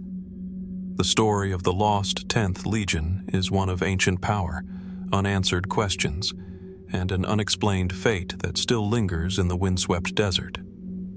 It begins in 53 BCE, at the height of the Roman Empire's expansion. The 10th Legion, a formidable fighting force led by the renowned Roman general Crassus, was part of a larger military campaign aimed at securing Roman interests in the Persian Empire. Crassus had ambitious plans to expand Rome's reach into the east, and the 10th Legion, known for its fierce reputation in battle, was tasked with advancing into what is now modern-day Iraq. However, during this campaign, the Legion found itself in a catastrophic encounter, a battle known as the Battle of Carrhae. The battle was a crushing defeat for the Romans, and Crassus himself was killed. The surviving Roman forces, including the 10th Legion, retreated, but it was during a later campaign in 53 BCE that the real mystery began to unfold. The 10th Legion, under the command of a new leader, was sent to secure Roman interests further east. They were to venture into the Persian heartland, and their journey led them across the Silk Road and into lands that the Romans knew very little about. What happened to the Legion after they left the Roman Empire's familiar territories remains a question that no one has been able to answer definitively. It was in China's Taklamakan Desert, one of the most inhospitable places on Earth, that the 10th Legion is believed to have disappeared. The desert, a vast expanse of shifting sands and scorching heat, offers little in the way of shelter or water. But amid this barren landscape, there is a place where the remnants of an ancient Roman presence were uncovered, a Roman-style fortification complete with Roman weapons, coins, and other artifacts, all bearing unmistakable Roman insignia. The discovery was made in the 1930s by a team of Chinese archaeologists, and it set off a flurry of speculation about the fate of the 10th Legion. The fort itself is remarkably well preserved, standing as an eerie monument to a time when Roman soldiers may have once fought and lived on the far edge of the known world. The coins discovered there date back to the 1st century BCE, and the artifacts found alongside them suggest that Roman soldiers once occupied the area. But how did they get there? And more importantly, what happened to them? One theory is that the 10th Legion, after being defeated at Carrhae, was forced to retreat eastward. Unable to return to Rome due to the overwhelming defeat and the Persian forces in pursuit, the soldiers may have sought refuge along the Silk Road. It is possible that they were hired by local warlords who had dealings with the Roman Empire. Their journey across the Silk Road would have brought them into contact with the nomadic tribes of the steppe, the Parthians, and perhaps even the early Chinese empires that were just beginning to establish themselves. It is believed that the Romans could have entered China by way of Central Asia, possibly reaching the Tarim Basin, a crucial region along the ancient Silk Road that was home to powerful kingdoms. The discovery of Roman-style artifacts in this desert fort, objects such as Roman helmets, shields, spears, and coins, suggests that the 10th Legion may have made it as far as the edge of China. But how did they get there? And what could have brought them into contact with Chinese forces, who were already dealing with their own internal conflicts and external threats? This is where the mystery deepens. The Roman soldiers would have been thousands of miles from their homeland, cut off from any reinforcements, and living in a world that was completely foreign to them. How did they adapt to such a radically different environment? How did they survive the harsh desert conditions? One possibility is that the 10th Legion, once it had reached the Taklamakan Desert, was tasked with defending local kingdoms or acting as mercenaries for various factions that had dealings with the Roman Empire. The exact nature of these alliances, however, remains speculative. Did they form alliances with local Chinese warlords, or were they simply lost in a land so vast that they became isolated from the rest of the world? Were they involved in trade, or were they caught up in a series of battles that led to their eventual annihilation?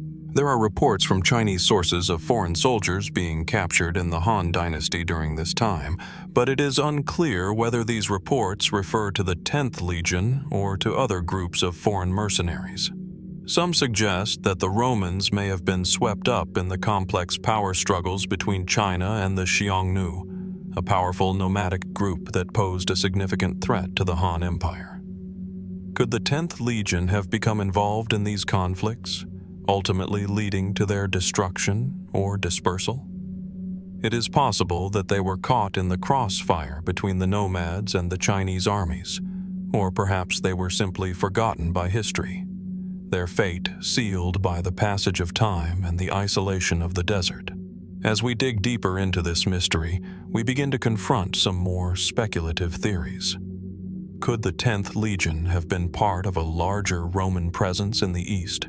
A presence that may have been more widespread than we've ever been told?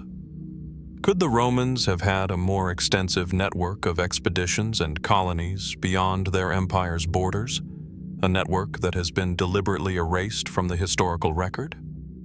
Some theorists suggest that the Romans might have had far-reaching interests in the East, extending into China and beyond, and that their presence in the desert may have been the result of covert operations designed to expand Roman influence into Asia. Others propose that the Legion could have been lost in battle with an ancient civilization that has since vanished from history, leaving no trace but a single Roman fort in the desert. Even more mysterious are the written records that suggest the Romans may have made it further into China than we realize. Some ancient Chinese texts speak of Westerners, or red-haired foreigners, a possible reference to Roman soldiers who may have traveled along the Silk Road. These references have yet to be definitively proven to refer to Romans. But their presence in ancient Chinese literature suggests that the idea of Roman expeditions to the east was not as far-fetched as it may first appear. The fate of the 10th Roman Legion remains one of history's most enduring mysteries. What happened to these soldiers lost in the desolate deserts of China? Were they integrated into local cultures, or were they destroyed by the harsh realities of life far from home? The mystery persists, fueled by the coins, weapons, and fortifications left behind. And we are left with lingering questions that may never be fully answered. Could there be more buried beneath the sands, waiting to be uncovered? What other secrets does this forgotten chapter of history hold? Perhaps, like the Legion itself, the answers remain just out of reach, hidden in the shifting sands of time. As we leave the arid deserts of China, we now turn our gaze to another mysterious and forgotten chapter of history, one that remains etched in the sandstone cliffs of the American Southwest. The Anasazi, a culture known for their remarkable cliff dwellings and sophisticated engineering, left behind a legacy that still captivates archaeologists and historians today. Yet, for all their achievements, their disappearance remains one of the most perplexing and haunting puzzles of ancient North America. Imagine standing on the edge of a rugged canyon, the sun casting long shadows over towering rock formations. Before you lies an ancient city, seemingly frozen in time, a city built not on the ground, but high within the cliffs themselves. These dwellings, known as the cliff dwellings of the Anasazi, are some of the most iconic remnants of a civilization that flourished in the Four Corners region of the American Southwest, where the states of Arizona, Colorado, New Mexico, and Utah converge. The cliff dwellings, particularly those in Mesa Verde National Park, are awe-inspiring in their scale and craftsmanship. Carefully constructed from sandstone blocks, the dwellings cling to the sheer faces of cliffs, offering a glimpse into a highly organized and advanced society.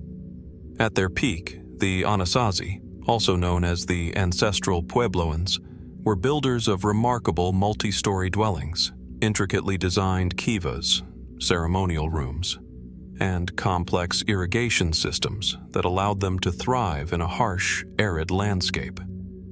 They had sophisticated agricultural techniques, cultivating corn, beans, and squash in an area that many believed unsuitable for farming. The Anasazi were also skilled artisans, creating intricate pottery and weaving textiles that are still admired for their beauty and craftsmanship. Yet, for all their remarkable achievements, the Anasazi disappeared from the region around the end of the 12th century, leaving their cliff dwellings behind, abandoned. What happened to them? Why did they suddenly vanish from their homes in the cliffs, leaving behind empty structures and abandoned possessions? The mystery of the Anasazi's disappearance has haunted historians for centuries, and despite decades of research, no definitive answer has emerged. The cliff dwellings themselves offer no clues as to why the Anasazi left. In some of these structures, tools and pottery were left behind, as though the inhabitants simply walked away in haste. In other cases, burned walls and collapsed roofs suggest a hasty departure, perhaps driven by a sudden disaster. But what could have caused such a drastic and sudden abandonment of such an advanced society? One of the prevailing theories is that the Anasazi were forced to leave due to severe drought. The Southwest, with its dry climate, is no stranger to periods of extreme water scarcity, and it is believed that the region experienced a severe and prolonged drought around the time the Anasazi disappeared. The drying up of rivers and springs, coupled with the failure of their agricultural crops, may have made life in the region unsustainable. The Anasazi relied heavily on irrigation systems to water their crops, and when these systems could no longer sustain the population, it is thought that the Anasazi had no choice but to leave. However, there are several problems with this theory.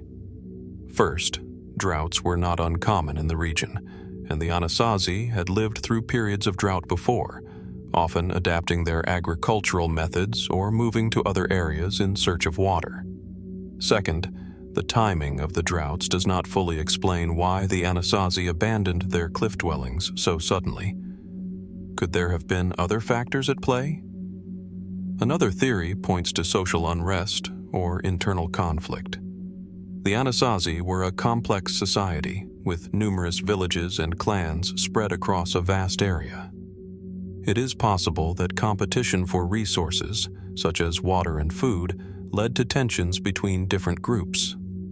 Archaeological evidence suggests that some Anasazi communities may have been involved in violent conflict during this period. Could these tensions have led to the collapse of the Anasazi society, forcing them to abandon their homes and move to other regions in search of peace? If so, why were the cliff dwellings, which were so intricately designed and heavily fortified, abandoned so abruptly? Were they overtaken by invaders, or were they simply no longer defensible against the changing environment? There is also the possibility that the Anasazi were affected by external factors, such as the arrival of other groups or tribes. The arrival of the Navajo and Apache tribes in the region may have contributed to the breakdown of Anasazi society, as these new groups brought their own cultures and ways of life, which may have created competition for resources and space. The Anasazi had already been interacting with other peoples, but could the pressure from these newcomers have been too much to handle?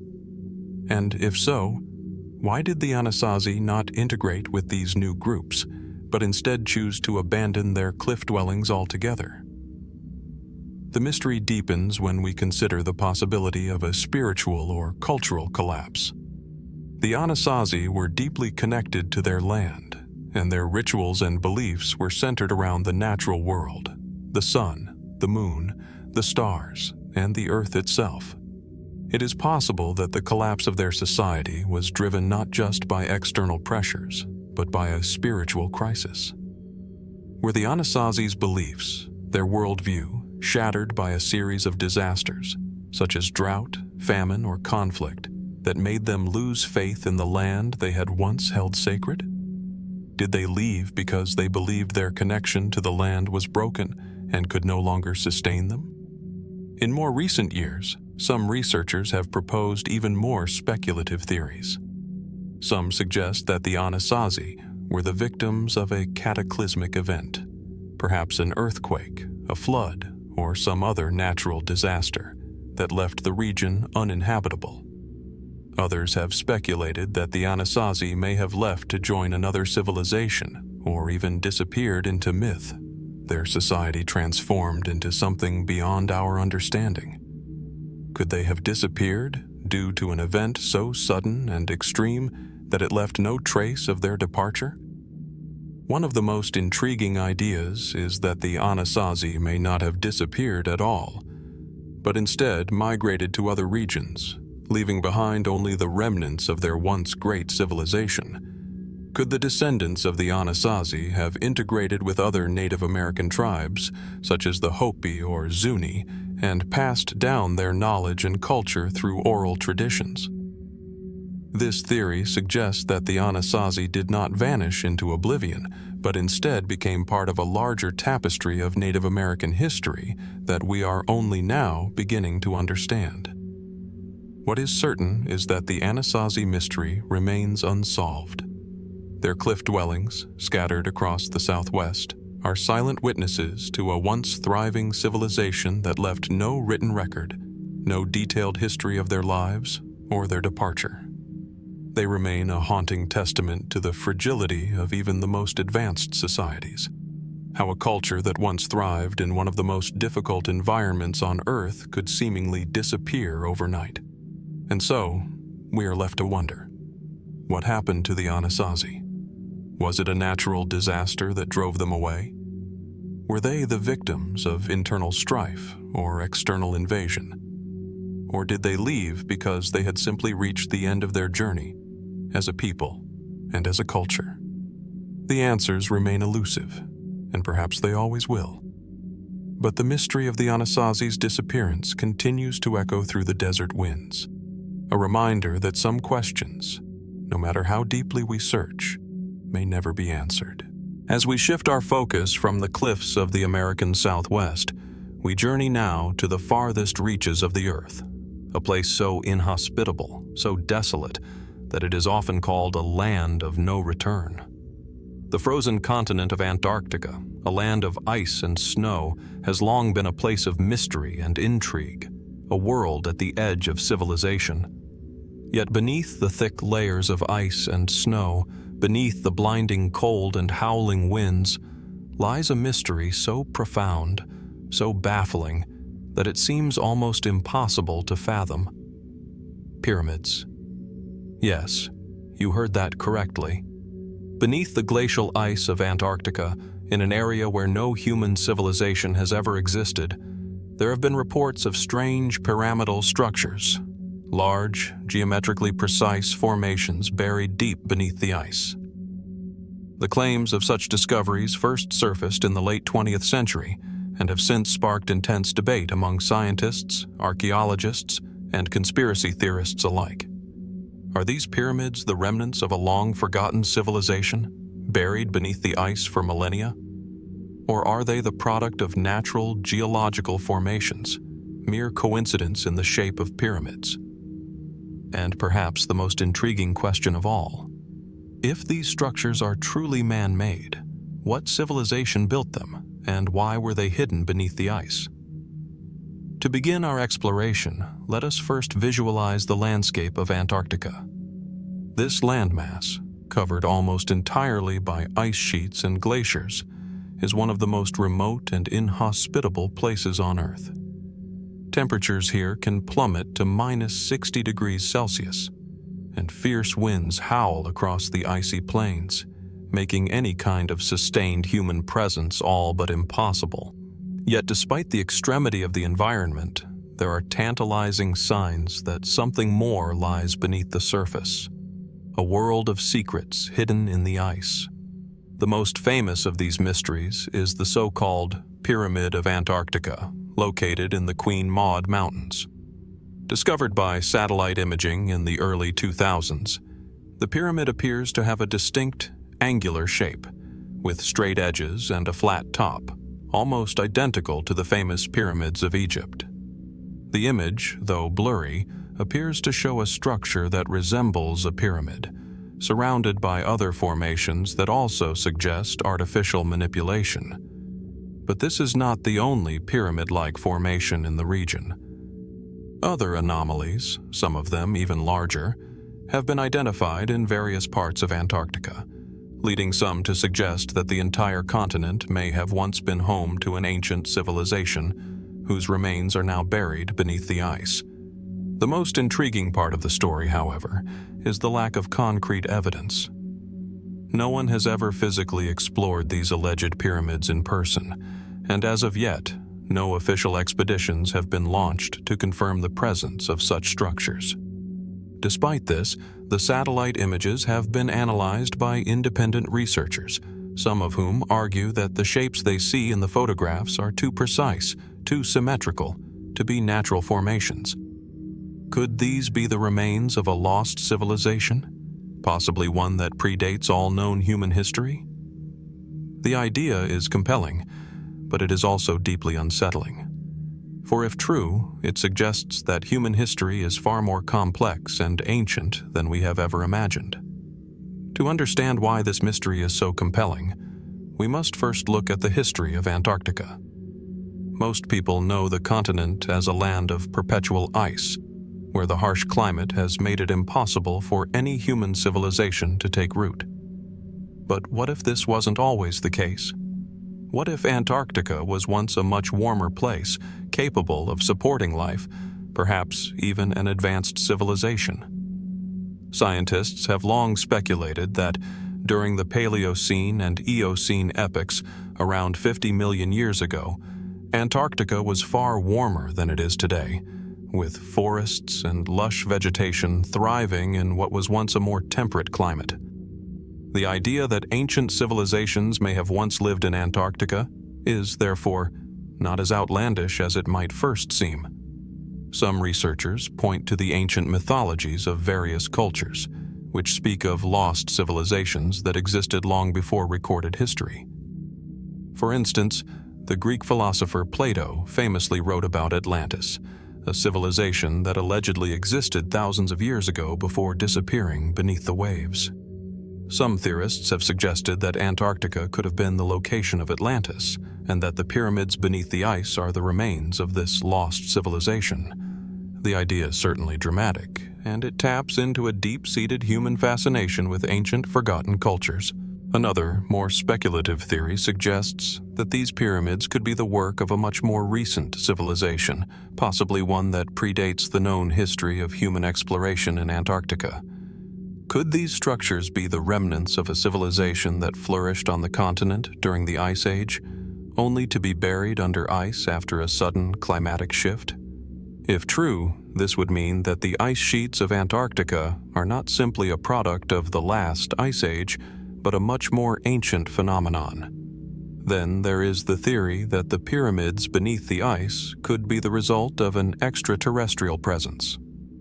According to some fringe theorists, the unusual geometric shapes found in Antarctica are not the work of any human civilization, but rather the result of an advanced alien race. This idea is bolstered by claims of unidentified flying objects, UFOs, being seen near the South Pole, and by reports from some explorers and researchers who have suggested that there may be hidden technology beneath the ice, possibly even alien artifacts. These claims, however, remain highly speculative and have not been substantiated by any hard evidence. Despite these theories, the most commonly accepted explanation remains that the pyramids and other structures are merely natural formations, erosion patterns, or geological anomalies created over millions of years by wind and ice. There are certainly examples of mountains and rock formations around the world that resemble pyramids, and the idea that the Antarctic structures are simply another example of nature's random creativity is not without merit. And yet, there is something undeniably strange about the way these formations appear in satellite images. Could nature have created such precise, angular shapes without the intervention of some intelligent force? Could these structures really be the result of erosion, or is there a more deliberate hand at work here? Even if these formations are natural, their sheer scale and unusual geometry remain baffling. As we continue to explore this frozen continent, one thing remains clear. Antarctica is a land of hidden secrets. Beneath its thick ice sheets, ancient mysteries wait to be uncovered, and the pyramids beneath the ice may just be the tip of the iceberg. Will future expeditions reveal the truth behind these enigmatic structures? Or will they remain one of the planet's greatest unsolved mysteries, buried beneath layers of time and ice? Perhaps, as with so many mysteries before, the answers will remain just out of reach, leaving us to wonder, what could be hidden beneath the ice? As we venture through the pages of history, few figures have captured the collective imagination quite like King Arthur, the legendary ruler of Camelot, whose tale of chivalry, knights, and mystical powers has endured for over a millennium. His story has transcended generations, appearing in countless medieval texts, epic poems, and films. Yet, as compelling as Arthur's legend is, the truth behind his existence remains shrouded in mystery. Was King Arthur a real historical figure, or is he merely a mythic creation, born of the imagination of storytellers? To begin our exploration, let's picture the world where Arthur's story begins, a world where history blends seamlessly with myth. Imagine ancient Britain in the midst of a turbulent period, the Dark Ages. The year is somewhere between the 5th and 6th centuries, and the island is reeling from the collapse of the Roman Empire, leaving a fractured land vulnerable to invasions from the Saxons and other tribes. It is in this backdrop of chaos that the legend of Arthur is said to have emerged, a young leader rising from obscurity to unite a broken people and defend them against foreign invaders. The earliest mention of King Arthur appears in the Historia Brittonum, written in the 9th century by the monk Nennius. According to this account, Arthur was a warrior who led the Britons to victory in a series of battles against the Saxons. However, Nennius's account is brief and cryptic, leaving many details about Arthur's life and reign uncertain. The first comprehensive telling of Arthur's legend comes in the 12th century through the works of Geoffrey of Monmouth in his book History of the Kings of Britain. Geoffrey, often considered the father of the Arthurian legend, gives us a more fleshed-out narrative, weaving together elements of chivalric romance, magical feats, and royal lineage. Yet even Geoffrey's account raises more questions than it answers. The question of whether Arthur ever existed remains at the core of the debate. For some, the evidence of his existence is clear. The references in early texts, the cultural impact of his legend, and the archaeological findings that suggest a strong warrior leader could have once risen to prominence in this turbulent era. But for others, Arthur is nothing more than a fictional creation, an idealized figure born from the collective need for a hero to rise in a time of uncertainty and strife. The mystery deepens further when we consider the blending of history and myth. Arthur's Camelot, with its round table and noble knights, is a fantasy world that seems almost too perfect to have ever existed.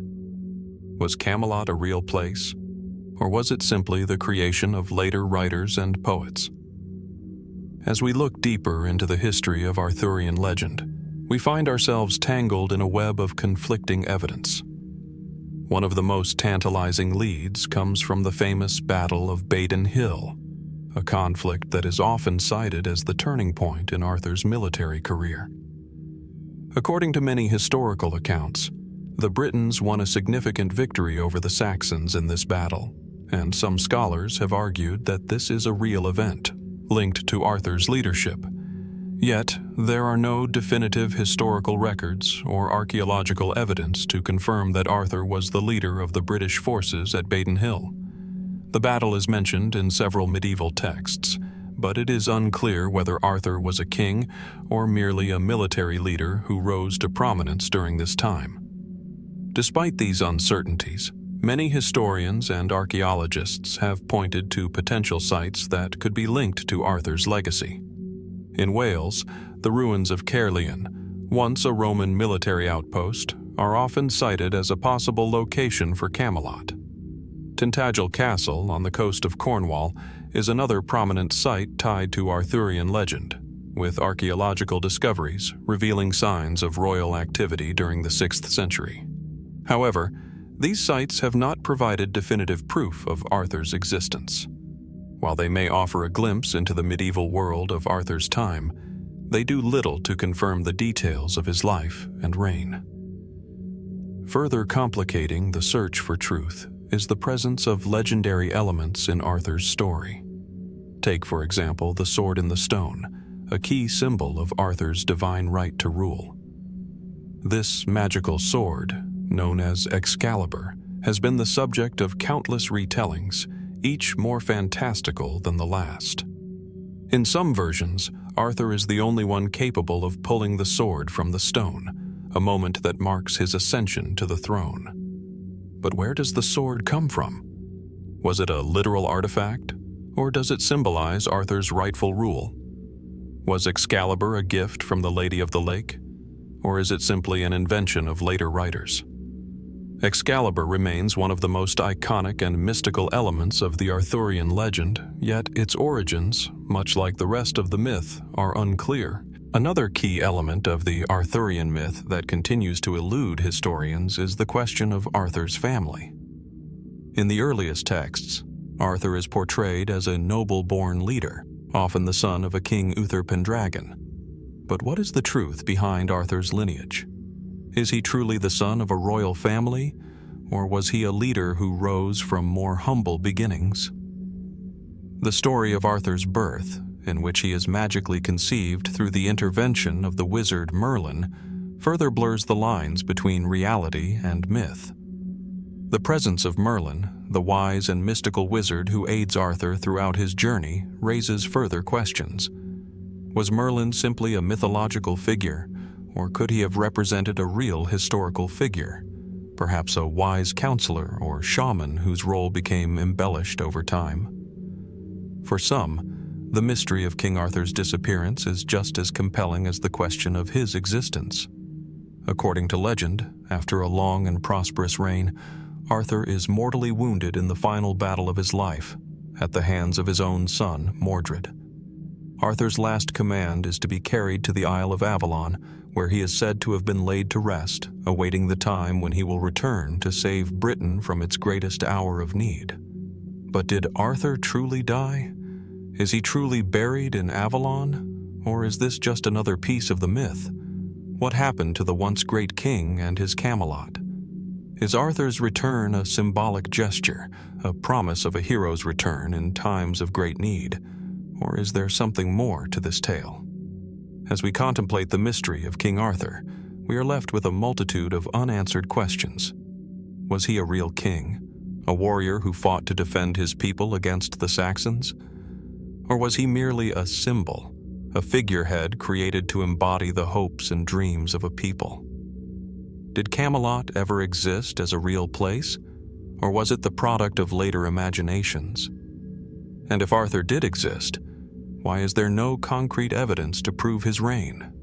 Could it be that the true story of Arthur, hidden beneath layers of myth, is even more incredible than we can imagine? The disappearance of King Arthur remains one of history's greatest mysteries, and as we dig deeper into the evidence, we find ourselves drawn into a story that straddles the line between history and legend. A story that has captivated the human imagination for over 1,000 years, and will likely continue to do so for many more. The question remains, did King Arthur ever truly exist? Or is he simply a myth that has stood the test of time? We now turn our attention to the dense jungles of southern Mexico, where the ancient Olmec civilization once flourished.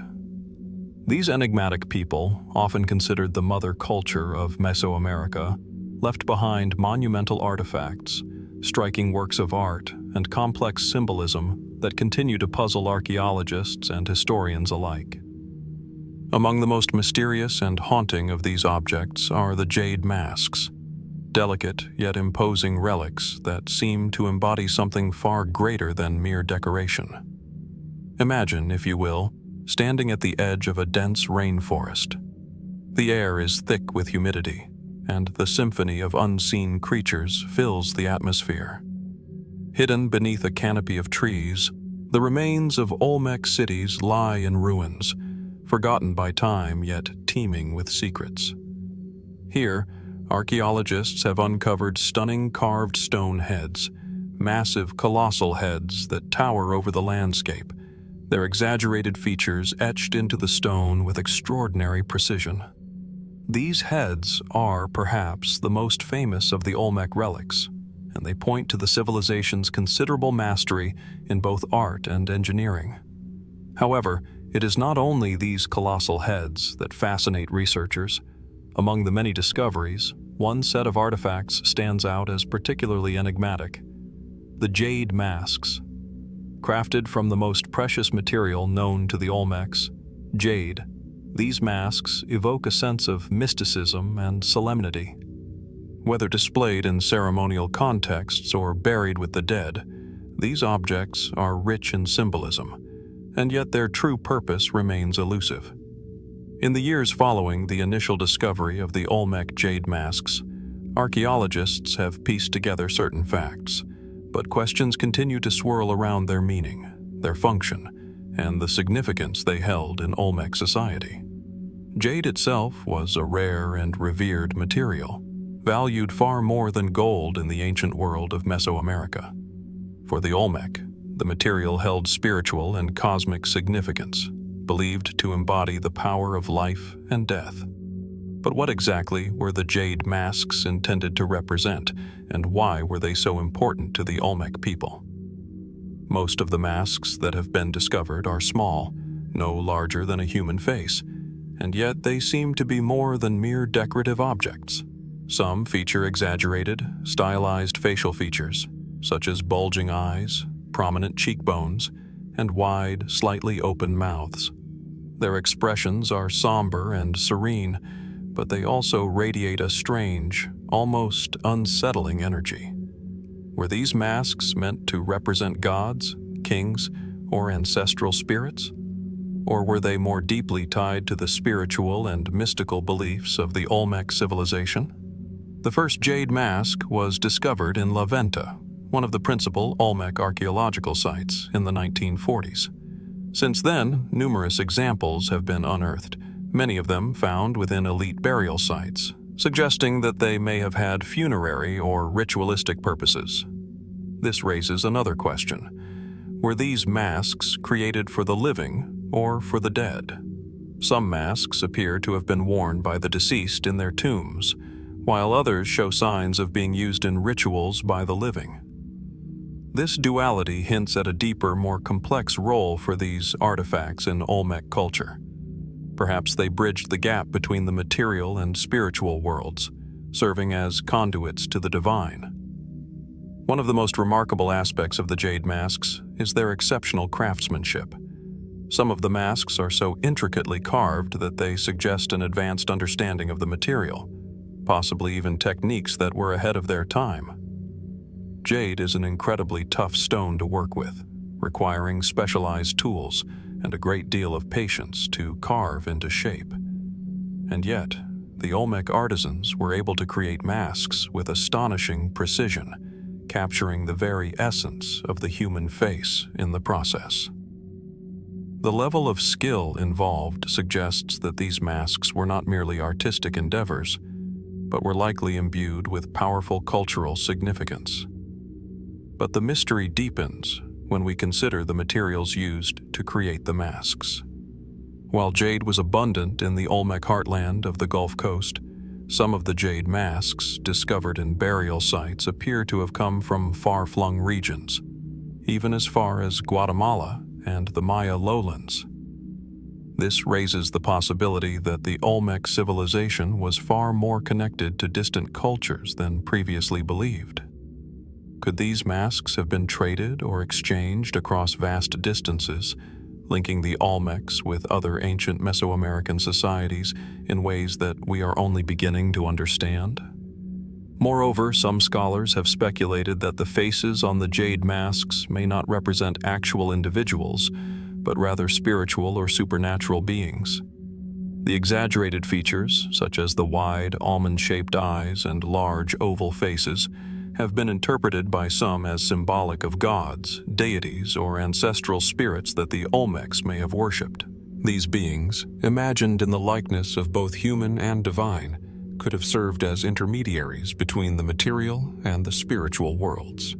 The Olmecs, known for their belief in the cosmic cycle of life and death, might have created these masks as a way to communicate with the forces that governed the universe. Yet, there are other theories that delve into even more mysterious terrain.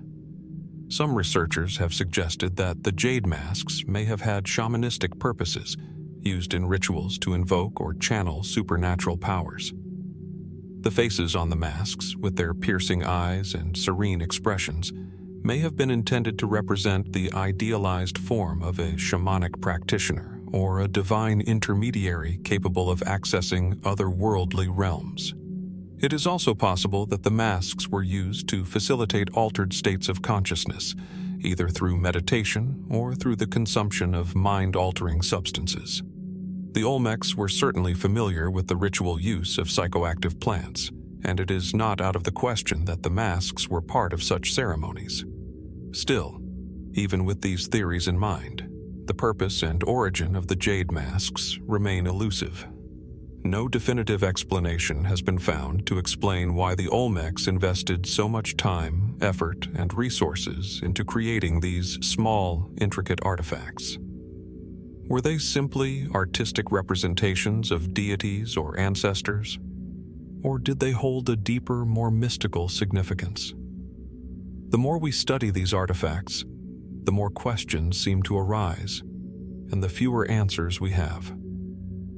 Furthermore, the discovery of jade masks has prompted another fascinating speculation. Did the Olmec civilization possess lost knowledge? Could these intricate carvings and the materials used in their creation be part of a larger cultural or technological mystery? The fact that the Olmecs were able to craft such complex and finely detailed masks without the aid of advanced technology suggests that they may have had access to tools or techniques that have since been lost to history. The Olmec civilization, as mysterious as it was powerful, left behind a wealth of artifacts. Colossal heads, elaborate altars, and, of course, the haunting jade masks. These masks are a testament to the complexity of Olmec religious and social life, and they continue to speak to us from the past, inviting us to ponder their true significance. Were they symbols of power, tools of spiritual communication, or something else entirely? The jade masks of the Olmec civilization remain one of the great enigmas of ancient Mesoamerica, their true purpose and meaning still lost to time. As we reflect on these artifacts, we are left to wonder what other mysteries of the ancient world lie hidden beneath the earth, waiting to be uncovered. And perhaps, in the end, that is the most chilling aspect of all: the knowledge that some of history's greatest mysteries are still waiting for us to unravel them. As we continue to unearth the mysteries of the past, our journey now takes us beneath the crystal blue waters of the Mediterranean Sea, where a hidden world waits to be uncovered. Far beneath the waves, at the edge of the ancient world, lies a submerged temple, the lost temple of Poseidon, an enigma that has captivated explorers and archaeologists for centuries. Was it a grand sanctuary dedicated to the god of the sea, or a mere figment of myth? And if it was real, what secrets does it hold beneath the depths? Imagine standing on the rocky shores of the Mediterranean, the sun casting a golden hue over the sea, while a light breeze ripples the water. The world above is peaceful, but beneath the surface, in a place few have ever ventured, there lies a world frozen in time. As you look out over the horizon, you may not be aware of the ancient ruins hidden beneath, their stories lost to the abyss. In this part of the world, where history and myth intertwine, the line between fact and legend is often difficult to discern. Yet one legend stands out, one that has lured both the curious and the adventurous for generations: the story of Poseidon's temple. The first accounts of the sunken temple come from the ancient Greeks themselves, whose seafaring ancestors would have known the Mediterranean intimately. For centuries, sailors spoke of an island city, rich with temples and grand palaces, dedicated to Poseidon, the mighty god who ruled the oceans. Yet, despite their vivid descriptions, the temple was thought to have disappeared long ago, swallowed by the restless sea. However, recent discoveries have forced us to reconsider these ancient tales. What if the temple truly existed? And what if it's still there, hidden beneath the waves, waiting to reveal itself? The search for Poseidon's temple can be traced back to the 19th century, when the first signs of an ancient submerged city were reported off the coast of Antikythera, a small island in the Aegean Sea. The most famous discovery to come from this area, the Antikythera mechanism, has already rewritten our understanding of ancient technology. But the waters around this island are home to even more mysteries, most notably the supposed location of Poseidon's lost temple. In the years that followed, various expeditions, including underwater archaeology teams, have scoured the seabed, searching for remnants of this elusive structure. Early reports from divers and submarine explorations have revealed large stone formations and massive blocks of granite, which some experts suggest may be part of an ancient temple complex. However, the deeper the investigation, the more questions arise, and the mystery only deepens. Could this submerged city, with its massive stone structures and remnants of elaborate architecture, be the lost temple of Poseidon? Archaeologists have found evidence of ancient marble statues, inscriptions, and decorative elements similar to those associated with Greek temples dedicated to the gods, but nothing definitive. The underwater ruins appear to be at least 2,500 years old, possibly dating back to the time when the ancient Minoans and Mycenaeans flourished. But could they really be part of the fabled Temple of Poseidon? Or is there a more mundane explanation for these ruins? Perhaps an unknown city or a forgotten outpost of a once great civilization? The question of what happened to the temple remains an ongoing debate. Some believe that it was destroyed by natural forces, such as earthquakes or tsunamis, which would not be surprising given the region's geological history. The Mediterranean is prone to seismic activity, and it is well known that ancient cities like Helike and Thera were wiped off the map by powerful earthquakes, their ruins now lying at the bottom of the sea. Could the same fate have befallen Poseidon's temple? Others argue that the temple may not have been destroyed by natural disasters at all, but rather by human action. Perhaps the temple was deliberately submerged, either to protect its sanctity or as a result of political turmoil. In the world of the ancient Greeks, Poseidon was a god of both creation and destruction, and the idea of his temple disappearing beneath the sea could symbolize the power of the oceans to both build and obliterate. But what would compel a civilization to submerge such a grand structure? Was it the end of an era, the downfall of a culture, or was it a deliberate act of ritualistic significance? Some researchers have speculated that Poseidon's temple may have been tied to a much older civilization, one that predates the Greeks themselves, possibly even the Atlanteans, the fabled people described by Plato as being wiped out by a cataclysmic disaster. According to Plato's accounts, Atlantis was an advanced civilization with vast riches and a powerful navy. Many modern theorists have suggested that Atlantis could have been the origin of Greek mythology itself, with the gods, Poseidon in particular, being based on real figures from this lost civilization. Could the sunken temple be a remnant of this earlier age, one that was abandoned and buried beneath the waves long before the Greek gods took their place in the pantheon? The discovery of a submerged city could suggest that the Atlanteans, or some other precursor civilization, had a presence in the Mediterranean centuries before the Greeks. The potential link between Poseidon's temple and the legends of Atlantis is compelling, but there is no definitive evidence to prove this connection. The only thing we can say for certain is that something extraordinary exists beneath the sea, and it might be connected to one of the greatest myths ever told. As underwater technology continues to improve, so too does our ability to explore and document the ruins beneath the Mediterranean. In recent years, new sonar technology has allowed researchers to map out submerged cities with greater precision than ever before. These findings, while fascinating, have only added to the growing list of unsolved mysteries. The ruins near Antikythera are one of the most prominent sites, but many other potential locations for Poseidon's temple exist throughout the Mediterranean, from the coast of Cyprus to the waters off Crete and beyond. What exactly lies at the bottom of the Mediterranean Sea, hidden from view for millennia? Are these ruins remnants of Poseidon's grand temple, or do they belong to another ancient civilization, one that has long since disappeared?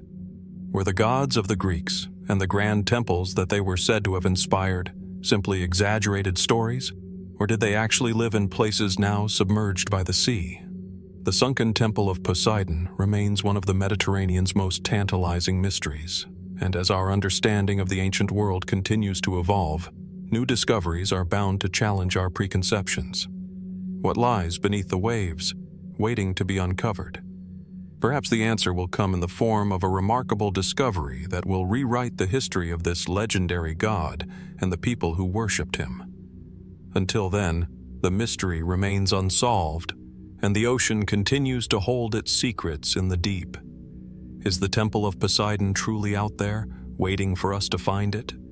And if it is, what other mysteries does it harbor beneath the surface? Only time and exploration will tell. As we transition from the depths of the Mediterranean Sea to the heart of ancient Rome, We find ourselves at the threshold of one of the most controversial and enigmatic figures in history, Emperor Caligula. Known to many as a mad tyrant, his reign was a brief but tumultuous chapter in the history of the Roman Empire, leaving behind a trail of mystery, cruelty, and intrigue that has endured for nearly 2 millennia. But was he truly the unhinged despot that history remembers? Or is there more to his story than the chaos and bloodshed that marked his rule? The Palatine Hill, once the beating heart of the Roman Empire, is where we begin our journey. From its summit, the ancient Roman city sprawls below, and the ruins of the imperial palace rise as a shadow of what was once a magnificent symbol of power and wealth.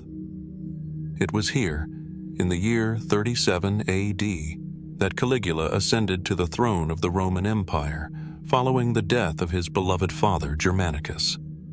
Caligula's early years had been filled with promise. He was a young man beloved by the people, a member of the royal family whose lineage held the potential to restore Rome's former glory. But shortly after assuming power, something changed. Caligula's reign, which was initially marked by optimism, swiftly descended into one of the most infamous and bizarre periods of Roman history. Ancient texts, particularly the accounts of historians like Suetonius and Tacitus, tell a tale of a ruler who was deeply paranoid, erratic, and increasingly cruel. He was said to have executed his political rivals without mercy, indulged in excesses of every kind, and committed atrocities that would forever tarnish his reputation. Seneca, a Roman philosopher and contemporary of Caligula, described him as a ruler who would demand his subjects' loyalty with extravagant displays of cruelty. He was accused of turning the Roman Senate into a shadow of itself, dismissing its members at will, and even rumored to have declared himself a living god. Caligula's reported acts of madness, such as appointing his horse, Incitatus, as a consul, have since become part of the popular lore surrounding his reign. Such stories, however, have been handed down by sources whose reliability has often been questioned. But could the portrayal of Caligula as a mad tyrant be an oversimplification, or perhaps a distortion of his true character? Historians have long debated whether Caligula's behavior was driven by mental illness, political strategy, or a combination of both. One theory posits that his actions were influenced by the traumatic years he spent under the harsh rule of Tiberius, his predecessor. After the death of his father, Caligula was forced to live in exile on the island of Capri, where he witnessed the corruption and decadence of Tiberius's court. Some suggest that the isolation and psychological scars from these years may have shaped his later behavior, leading him to embrace his newfound power with reckless abandon. But was it only personal trauma that shaped his reign? The political climate of Rome at the time was fraught with tension, as the empire teetered between autocracy and republican ideals. Caligula inherited a divided empire, and many of his actions, however erratic, were aimed at consolidating power and asserting his authority. He was a ruler in an empire that was already ruled by men of power and influence, men who viewed Caligula's rise with deep suspicion. In the face of such opposition, was Caligula's cruelty simply a reflection of his survival instinct, a means to defend himself against the numerous threats to his life and rule? The most famous and chilling accounts of Caligula's reign are the bloody purges, the executions of political rivals, and his violent outbursts. Yet there are other aspects of his rule that remain perplexing. Caligula was known to have pursued a series of ambitious building projects, including the construction of a massive floating palace on the Bay of Naples, a testament to his grandeur and megalomania. But was this part of his insanity, or a calculated effort to establish an enduring legacy? Some modern scholars suggest that his extravagant projects may have been part of a larger plan to modernize Rome's infrastructure, creating a physical manifestation of his power. Yet, his actions are often framed within the context of his increasing megalomania, fueling the narrative of a ruler gone mad, While the ancient texts depict a ruler disconnected from reality, there are other aspects of Caligula's reign that do not fit neatly into this mold. For example, his initial popularity among the people of Rome has been noted by historians. Upon his ascension to the throne, he was greeted with joy and optimism, seen by many as a breath of fresh air after the oppressive reign of Tiberius. His early actions, such as remitting taxes and distributing bonuses to the Roman legions, were intended to win the loyalty of the people and the army. For a brief time, Caligula was praised as a benevolent ruler who would restore Rome's greatness. How then did this promising start turn into the nightmare that followed? Moreover, some of Caligula's more bizarre actions, such as his reported attempts to raise his horse to the rank of consul, may have had a symbolic, even political purpose. Caligula's appointment of Incitatus as a consul has been viewed by some as a gesture of absolute control over the Senate, a means to demonstrate his unchecked authority and to humiliate the ruling elite. By placing his horse, a creature considered beneath human dignity, at the highest level of Roman political office, Caligula may have been sending a message to his enemies. No one was beyond his reach, not even the most sacred traditions of Roman governance. Yet there is still much we do not know about Caligula's character. Did he truly believe himself to be a god, as some accounts suggest? Or was this part of his calculated strategy to solidify his power and intimidate his enemies? Was his infamous cruelty merely a tool of control, or did it stem from an uncontrollable desire for vengeance and power? Some speculate that his actions were not madness at all, but rather a product of the political landscape in which he found himself, ruthlessly fighting to hold on to an empire on the brink of collapse. After just 4 years on the throne, Caligula's reign came to a brutal end when he was assassinated by members of his own Praetorian Guard. His death left Rome in a state of chaos, but it also ensured that the mystery of his life and legacy would remain unresolved. Was he a mad tyrant, driven by a thirst for power? Or was he a ruler misunderstood and manipulated by the court? And what of his vision for Rome and the empire he hoped to create? As historians continue to sift through the ancient texts, interpreting the signs and symbols of Caligula's rule, one thing remains certain. The true nature of his reign is as elusive as ever. Was he a deranged ruler, or was he simply a product of his time, trapped in the labyrinth of Roman politics, struggling to assert control over a volatile empire? The more we look, the more questions arise, but Caligula's truth may forever remain hidden behind the veil of ancient history, and the legacy of the mad emperor may only be fully understood when we, too, step into the shadows of the past. As we journey through the winding corridors of history, our path leads us to one of the most fascinating and eerie locations in the world, the catacombs of Paris. Beneath the bustling streets of the French capital, a hidden underground world lies in wait, filled with secrets, treasures, and stories of forgotten souls. For centuries, this vast network of tunnels, lined with the bones of millions, has been a place of both awe and fear. But within these darkened depths, is there more than meets the eye? Could there be hidden treasures, lost secrets, or a deeper mystery waiting to be uncovered? Imagine stepping into the darkness of the catacombs, the air cool and heavy with the scent of earth. The ground beneath your feet is uneven, and the walls, lined with human bones, stretch far into the distance. These bones, carefully arranged in macabre formations, form the backdrop to an intricate, often terrifying landscape that few have seen. This underground necropolis was not originally intended to house the dead. In the late 18th century, Paris faced a grave crisis. The city's cemeteries, overcrowded and decaying, were becoming a public health hazard. In response, the authorities decided to transfer the bones of the deceased to a series of abandoned quarries beneath the city, creating the catacombs of Paris, a vast underground ossuary. But what began as a pragmatic solution to a pressing problem soon became a source of legend and mystery. Stretching for miles beneath the streets of Paris, the catacombs are not only home to human remains, but also to countless hidden treasures and unsolved riddles. Over the years, a steady stream of urban explorers, cryptographers, and even thrill-seekers have ventured into the catacombs, drawn by the allure of these underground corridors and the stories they hold. Some come seeking historical knowledge, others come with an almost supernatural curiosity, hoping to unlock the mysteries hidden within.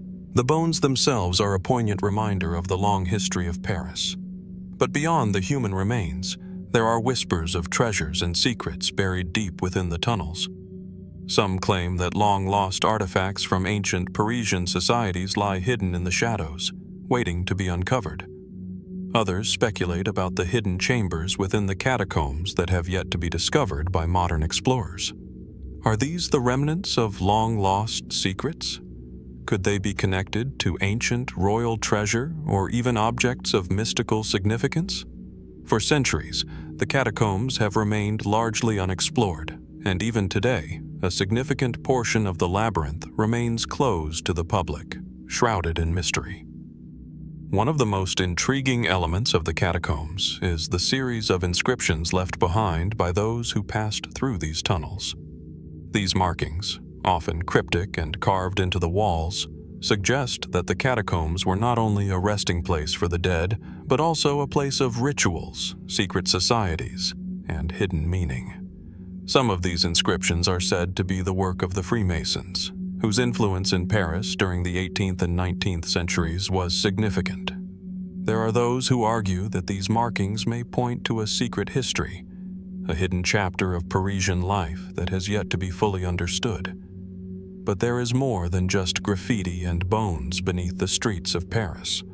As we delve deeper into the history of the catacombs, we encounter another mystery, the legend of the lost treasure of the French Revolution. According to some accounts, during the tumult of the Revolution, a treasure was hidden in the catacombs, its location known only to a select few.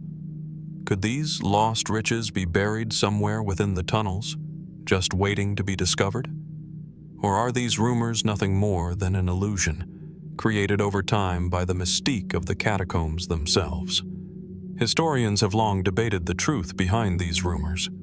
There are those who believe that a cache of gold and precious artifacts was indeed hidden beneath the city during the Revolution. This would have been a logical move during a time of political instability, as wealth would have needed to be concealed from both the revolutionaries and those loyal to the monarchy. But after more than 200 years, the truth of this treasure remains elusive. Despite numerous expeditions into the catacombs by archaeologists and treasure hunters, no conclusive evidence has ever been found to suggest that the treasure exists. Adding to the intrigue of the catacombs is the mysterious disappearance of several explorers who have ventured too far into the maze-like tunnels. Some have ventured into the depths of the catacombs and were never seen again, their fates remaining unknown. The Paris police have occasionally been called to search for missing persons, yet these search parties often fail to locate the missing explorers. Could these disappearances be the result of accidental deaths or getting lost in the labyrinth? Or is there something more sinister at play in the dark recesses of the catacombs? Some even claim that the catacombs are haunted, home to ancient spirits that guard the hidden treasures, keeping them out of reach for all eternity. Perhaps the most unsettling mystery of all is the fact that portions of the catacombs remain off-limits to the public and even to modern explorers. Only a small section of the catacombs is open for tours, and the rest is sealed behind locked gates, patrolled by security and police officers. What lies beyond the areas we are permitted to see? Could there be hidden chambers, untouched for centuries, that could reveal the true history of Paris and its inhabitants? Or could there be something darker lurking, secrets that the authorities would rather remain buried? There are those who believe that the catacombs were designed with a hidden purpose, perhaps not just as an ossuary, but as something far more significant.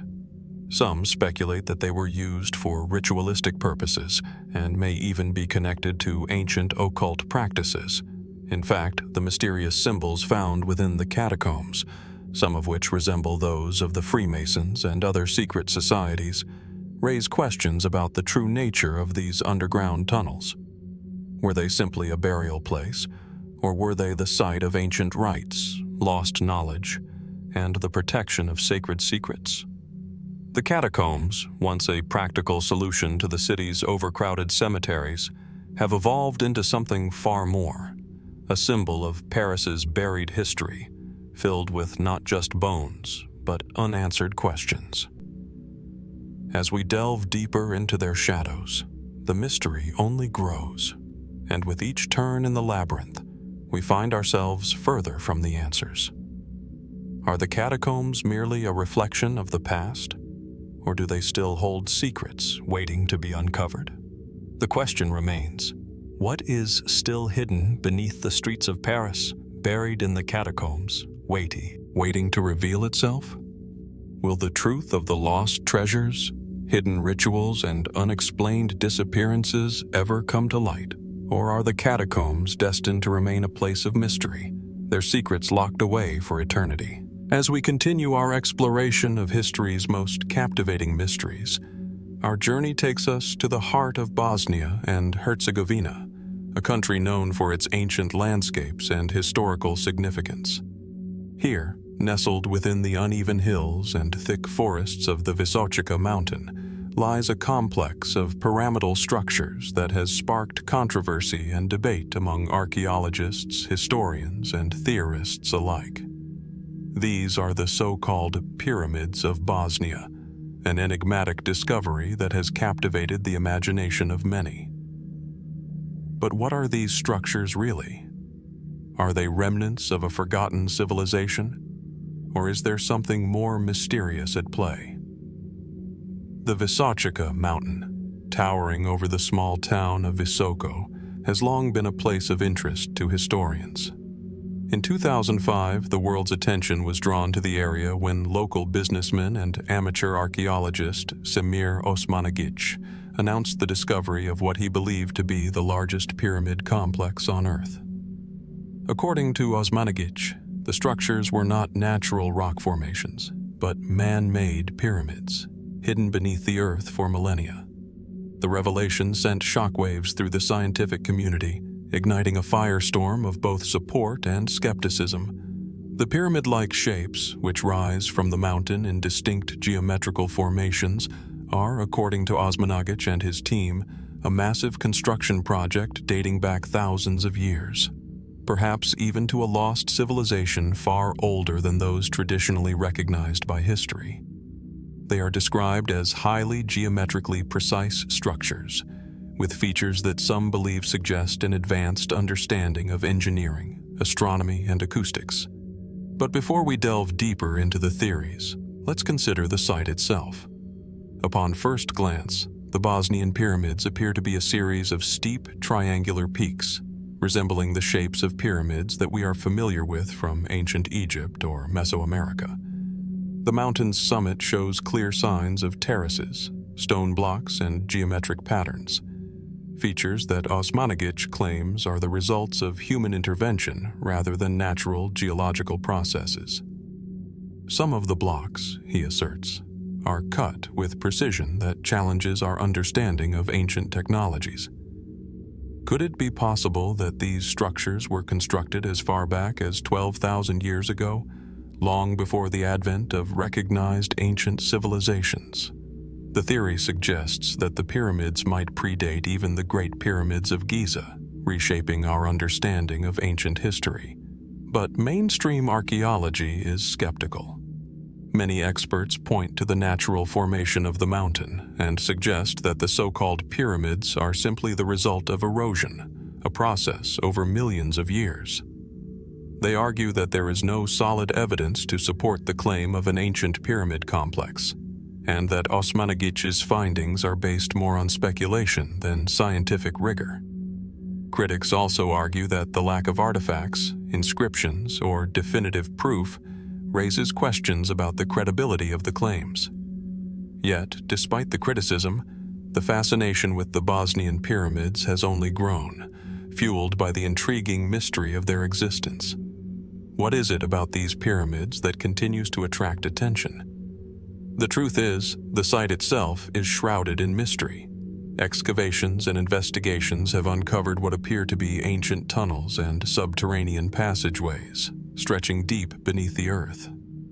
These tunnels, some of which seem to radiate strange electromagnetic energy, have drawn comparisons to similar structures found in ancient civilizations across the world.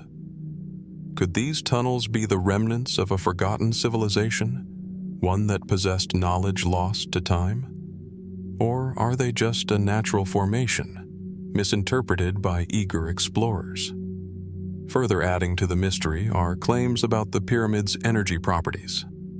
Some theorists suggest that the Bosnian pyramids may have been constructed with an advanced understanding of geomagnetism and acoustics, potentially capable of harnessing energy in ways that modern science has yet to fully understand.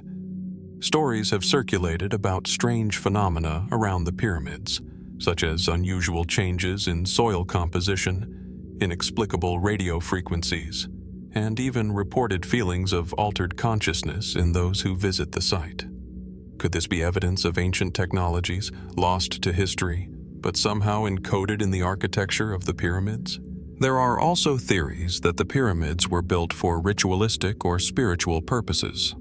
Some believe that these structures may have been designed to align with astronomical events, much like the pyramids of Egypt or the structures of Mesoamerican cultures.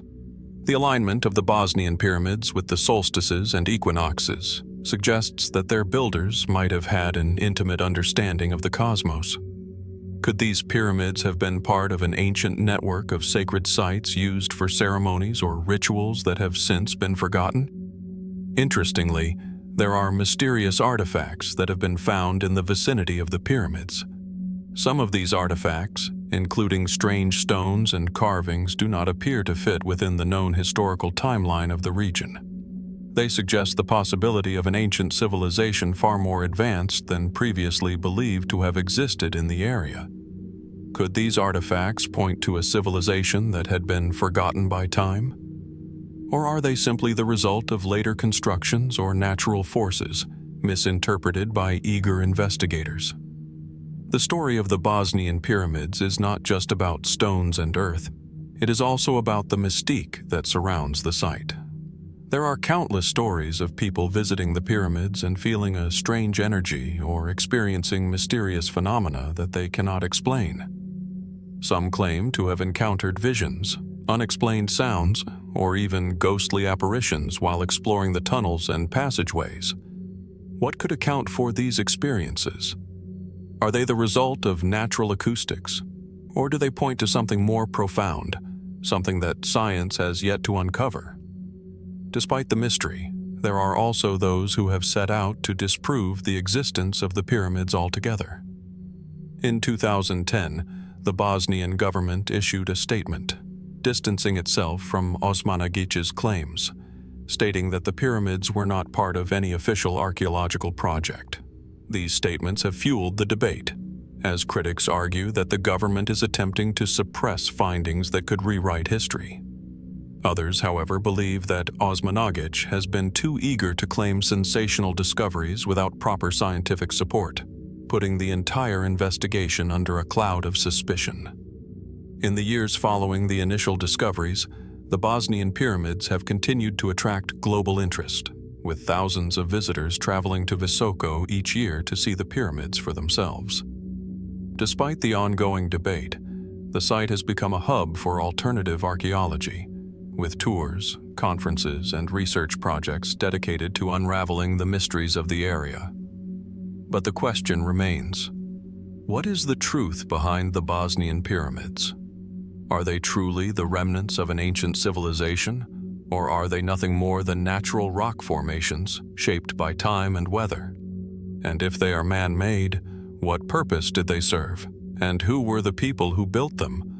Were they part of a larger network of pyramids scattered across the globe, built by an ancient civilization with knowledge lost to time? Or are they something entirely different? a mystery still waiting to be uncovered. As we look at the Bosnian pyramids, one thing is certain: the mystery has not been solved, and the questions surrounding the site remain unanswered. Will we ever discover the truth about the shifting pyramids of Bosnia? Or are they destined to remain one of the world's most enduring historical enigmas, an ancient riddle whose secrets may never be fully revealed? As we journey further into the depths of history's most perplexing enigmas, we find ourselves in a remote corner of China, a place where the lines between natural wonder and human craftsmanship blur into an almost inexplicable mystery. It is here, at the foot of the towering Baigong Mountains, that one of the most baffling archaeological discoveries awaits: the Baigong Pipes. Hidden deep within a cave system near Mount Baigong and close to the Dolongtan Salt Lake, these pipes have been the subject of intense debate ever since their discovery in the 1990s. Are they evidence of an ancient technology, or just another case of natural formations being mistaken for man-made structures? The mystery surrounding the Baigong Pipes is one that challenges everything we know about ancient civilizations. The Baigong Pipes themselves are found in a cave in the heart of the Baigong Mountains. There, nestled between the rocks, lie hundreds of rusted metal tubes, many embedded into the walls of the cave, some extending outward into the ground. These pipes vary in size, with some as thick as a man's arm, while others are narrow and slender, seemingly woven into the very fabric of the rock. They appear to have been crafted with deliberate precision, yet their age and origins are far from clear. How could pipes, apparently made of metal, have remained hidden for so long in such a remote and rugged location? And more intriguingly, how could these pipes, which seem to date back thousands of years, be the work of a civilization far more advanced than any known in the region? The first reports of the Baigong Pipes surfaced in the 1990s, when a team of Chinese archaeologists, led by Professor Zhang Wei, ventured into the caves near the Dolongtan Salt Lake and made the astonishing discovery. The pipes were scattered throughout the cave system, some penetrating deep into the mountain, others seemingly just lying beneath the surface.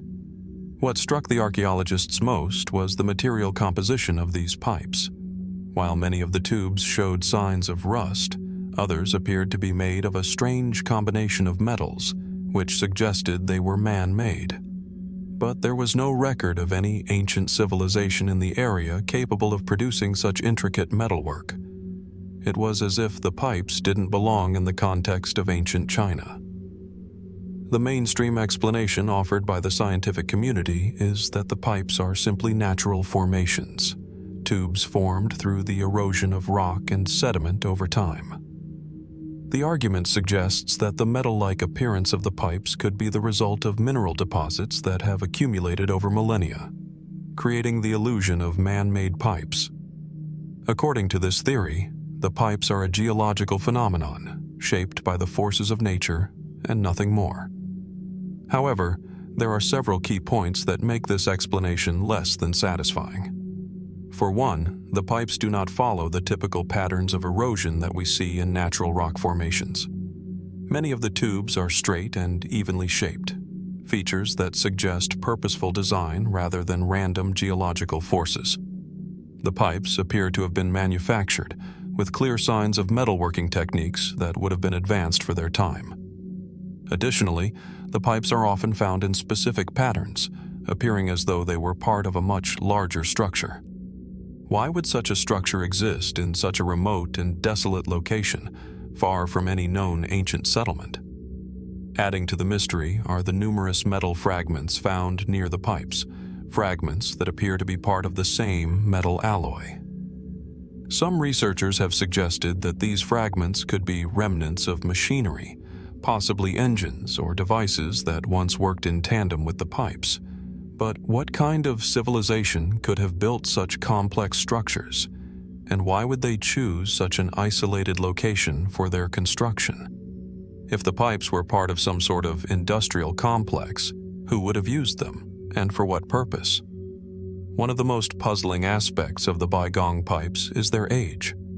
The caves where they are found show signs of wear and erosion, but no conclusive evidence has been uncovered to indicate that these pipes were crafted by any civilization known to history. Some have suggested that they may be the remnants of a lost culture, one that predated even the earliest Chinese dynasties. If this theory holds any weight, it would mean that the Baigong pipes could be evidence of a much older civilization than we currently recognize, a civilization capable of advanced engineering and technology far beyond the scope of their time. But if the pipes are indeed evidence of an ancient technology, then the question becomes even more complex. Who built them and why? Were they part of a larger, more advanced civilization that existed thousands of years ago and has since vanished from the historical record? Or are they the remnants of an entirely different, unknown culture? Could these pipes have been part of an ancient energy system or water delivery system, functioning in a way that modern technology has yet to understand? It is tempting to imagine that these pipes were not mere tubes, but part of a much larger and more sophisticated network, perhaps used for a purpose that remains mysterious and lost to time. Some fringe theories go even further, suggesting that the pipes may have had an extraterrestrial connection.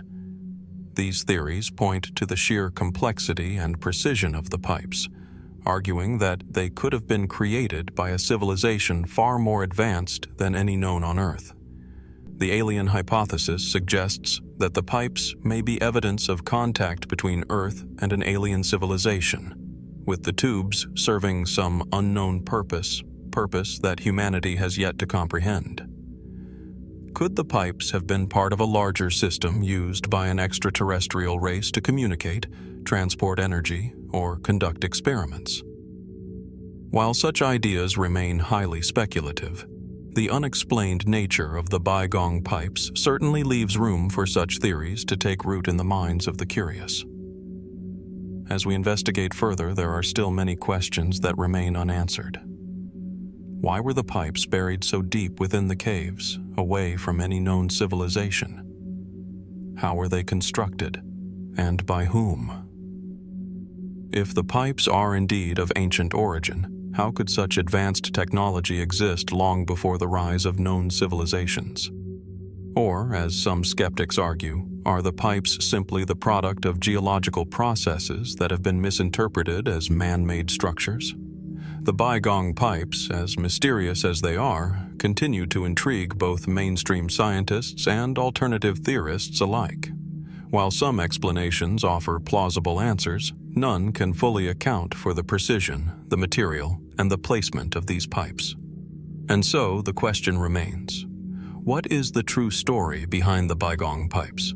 Are they relics of an ancient civilization, the product of natural forces, or something far more extraordinary? For now, the mystery endures, leaving us to wonder what secrets still lie buried beneath the earth, and whether we will ever uncover the truth of this enigmatic discovery.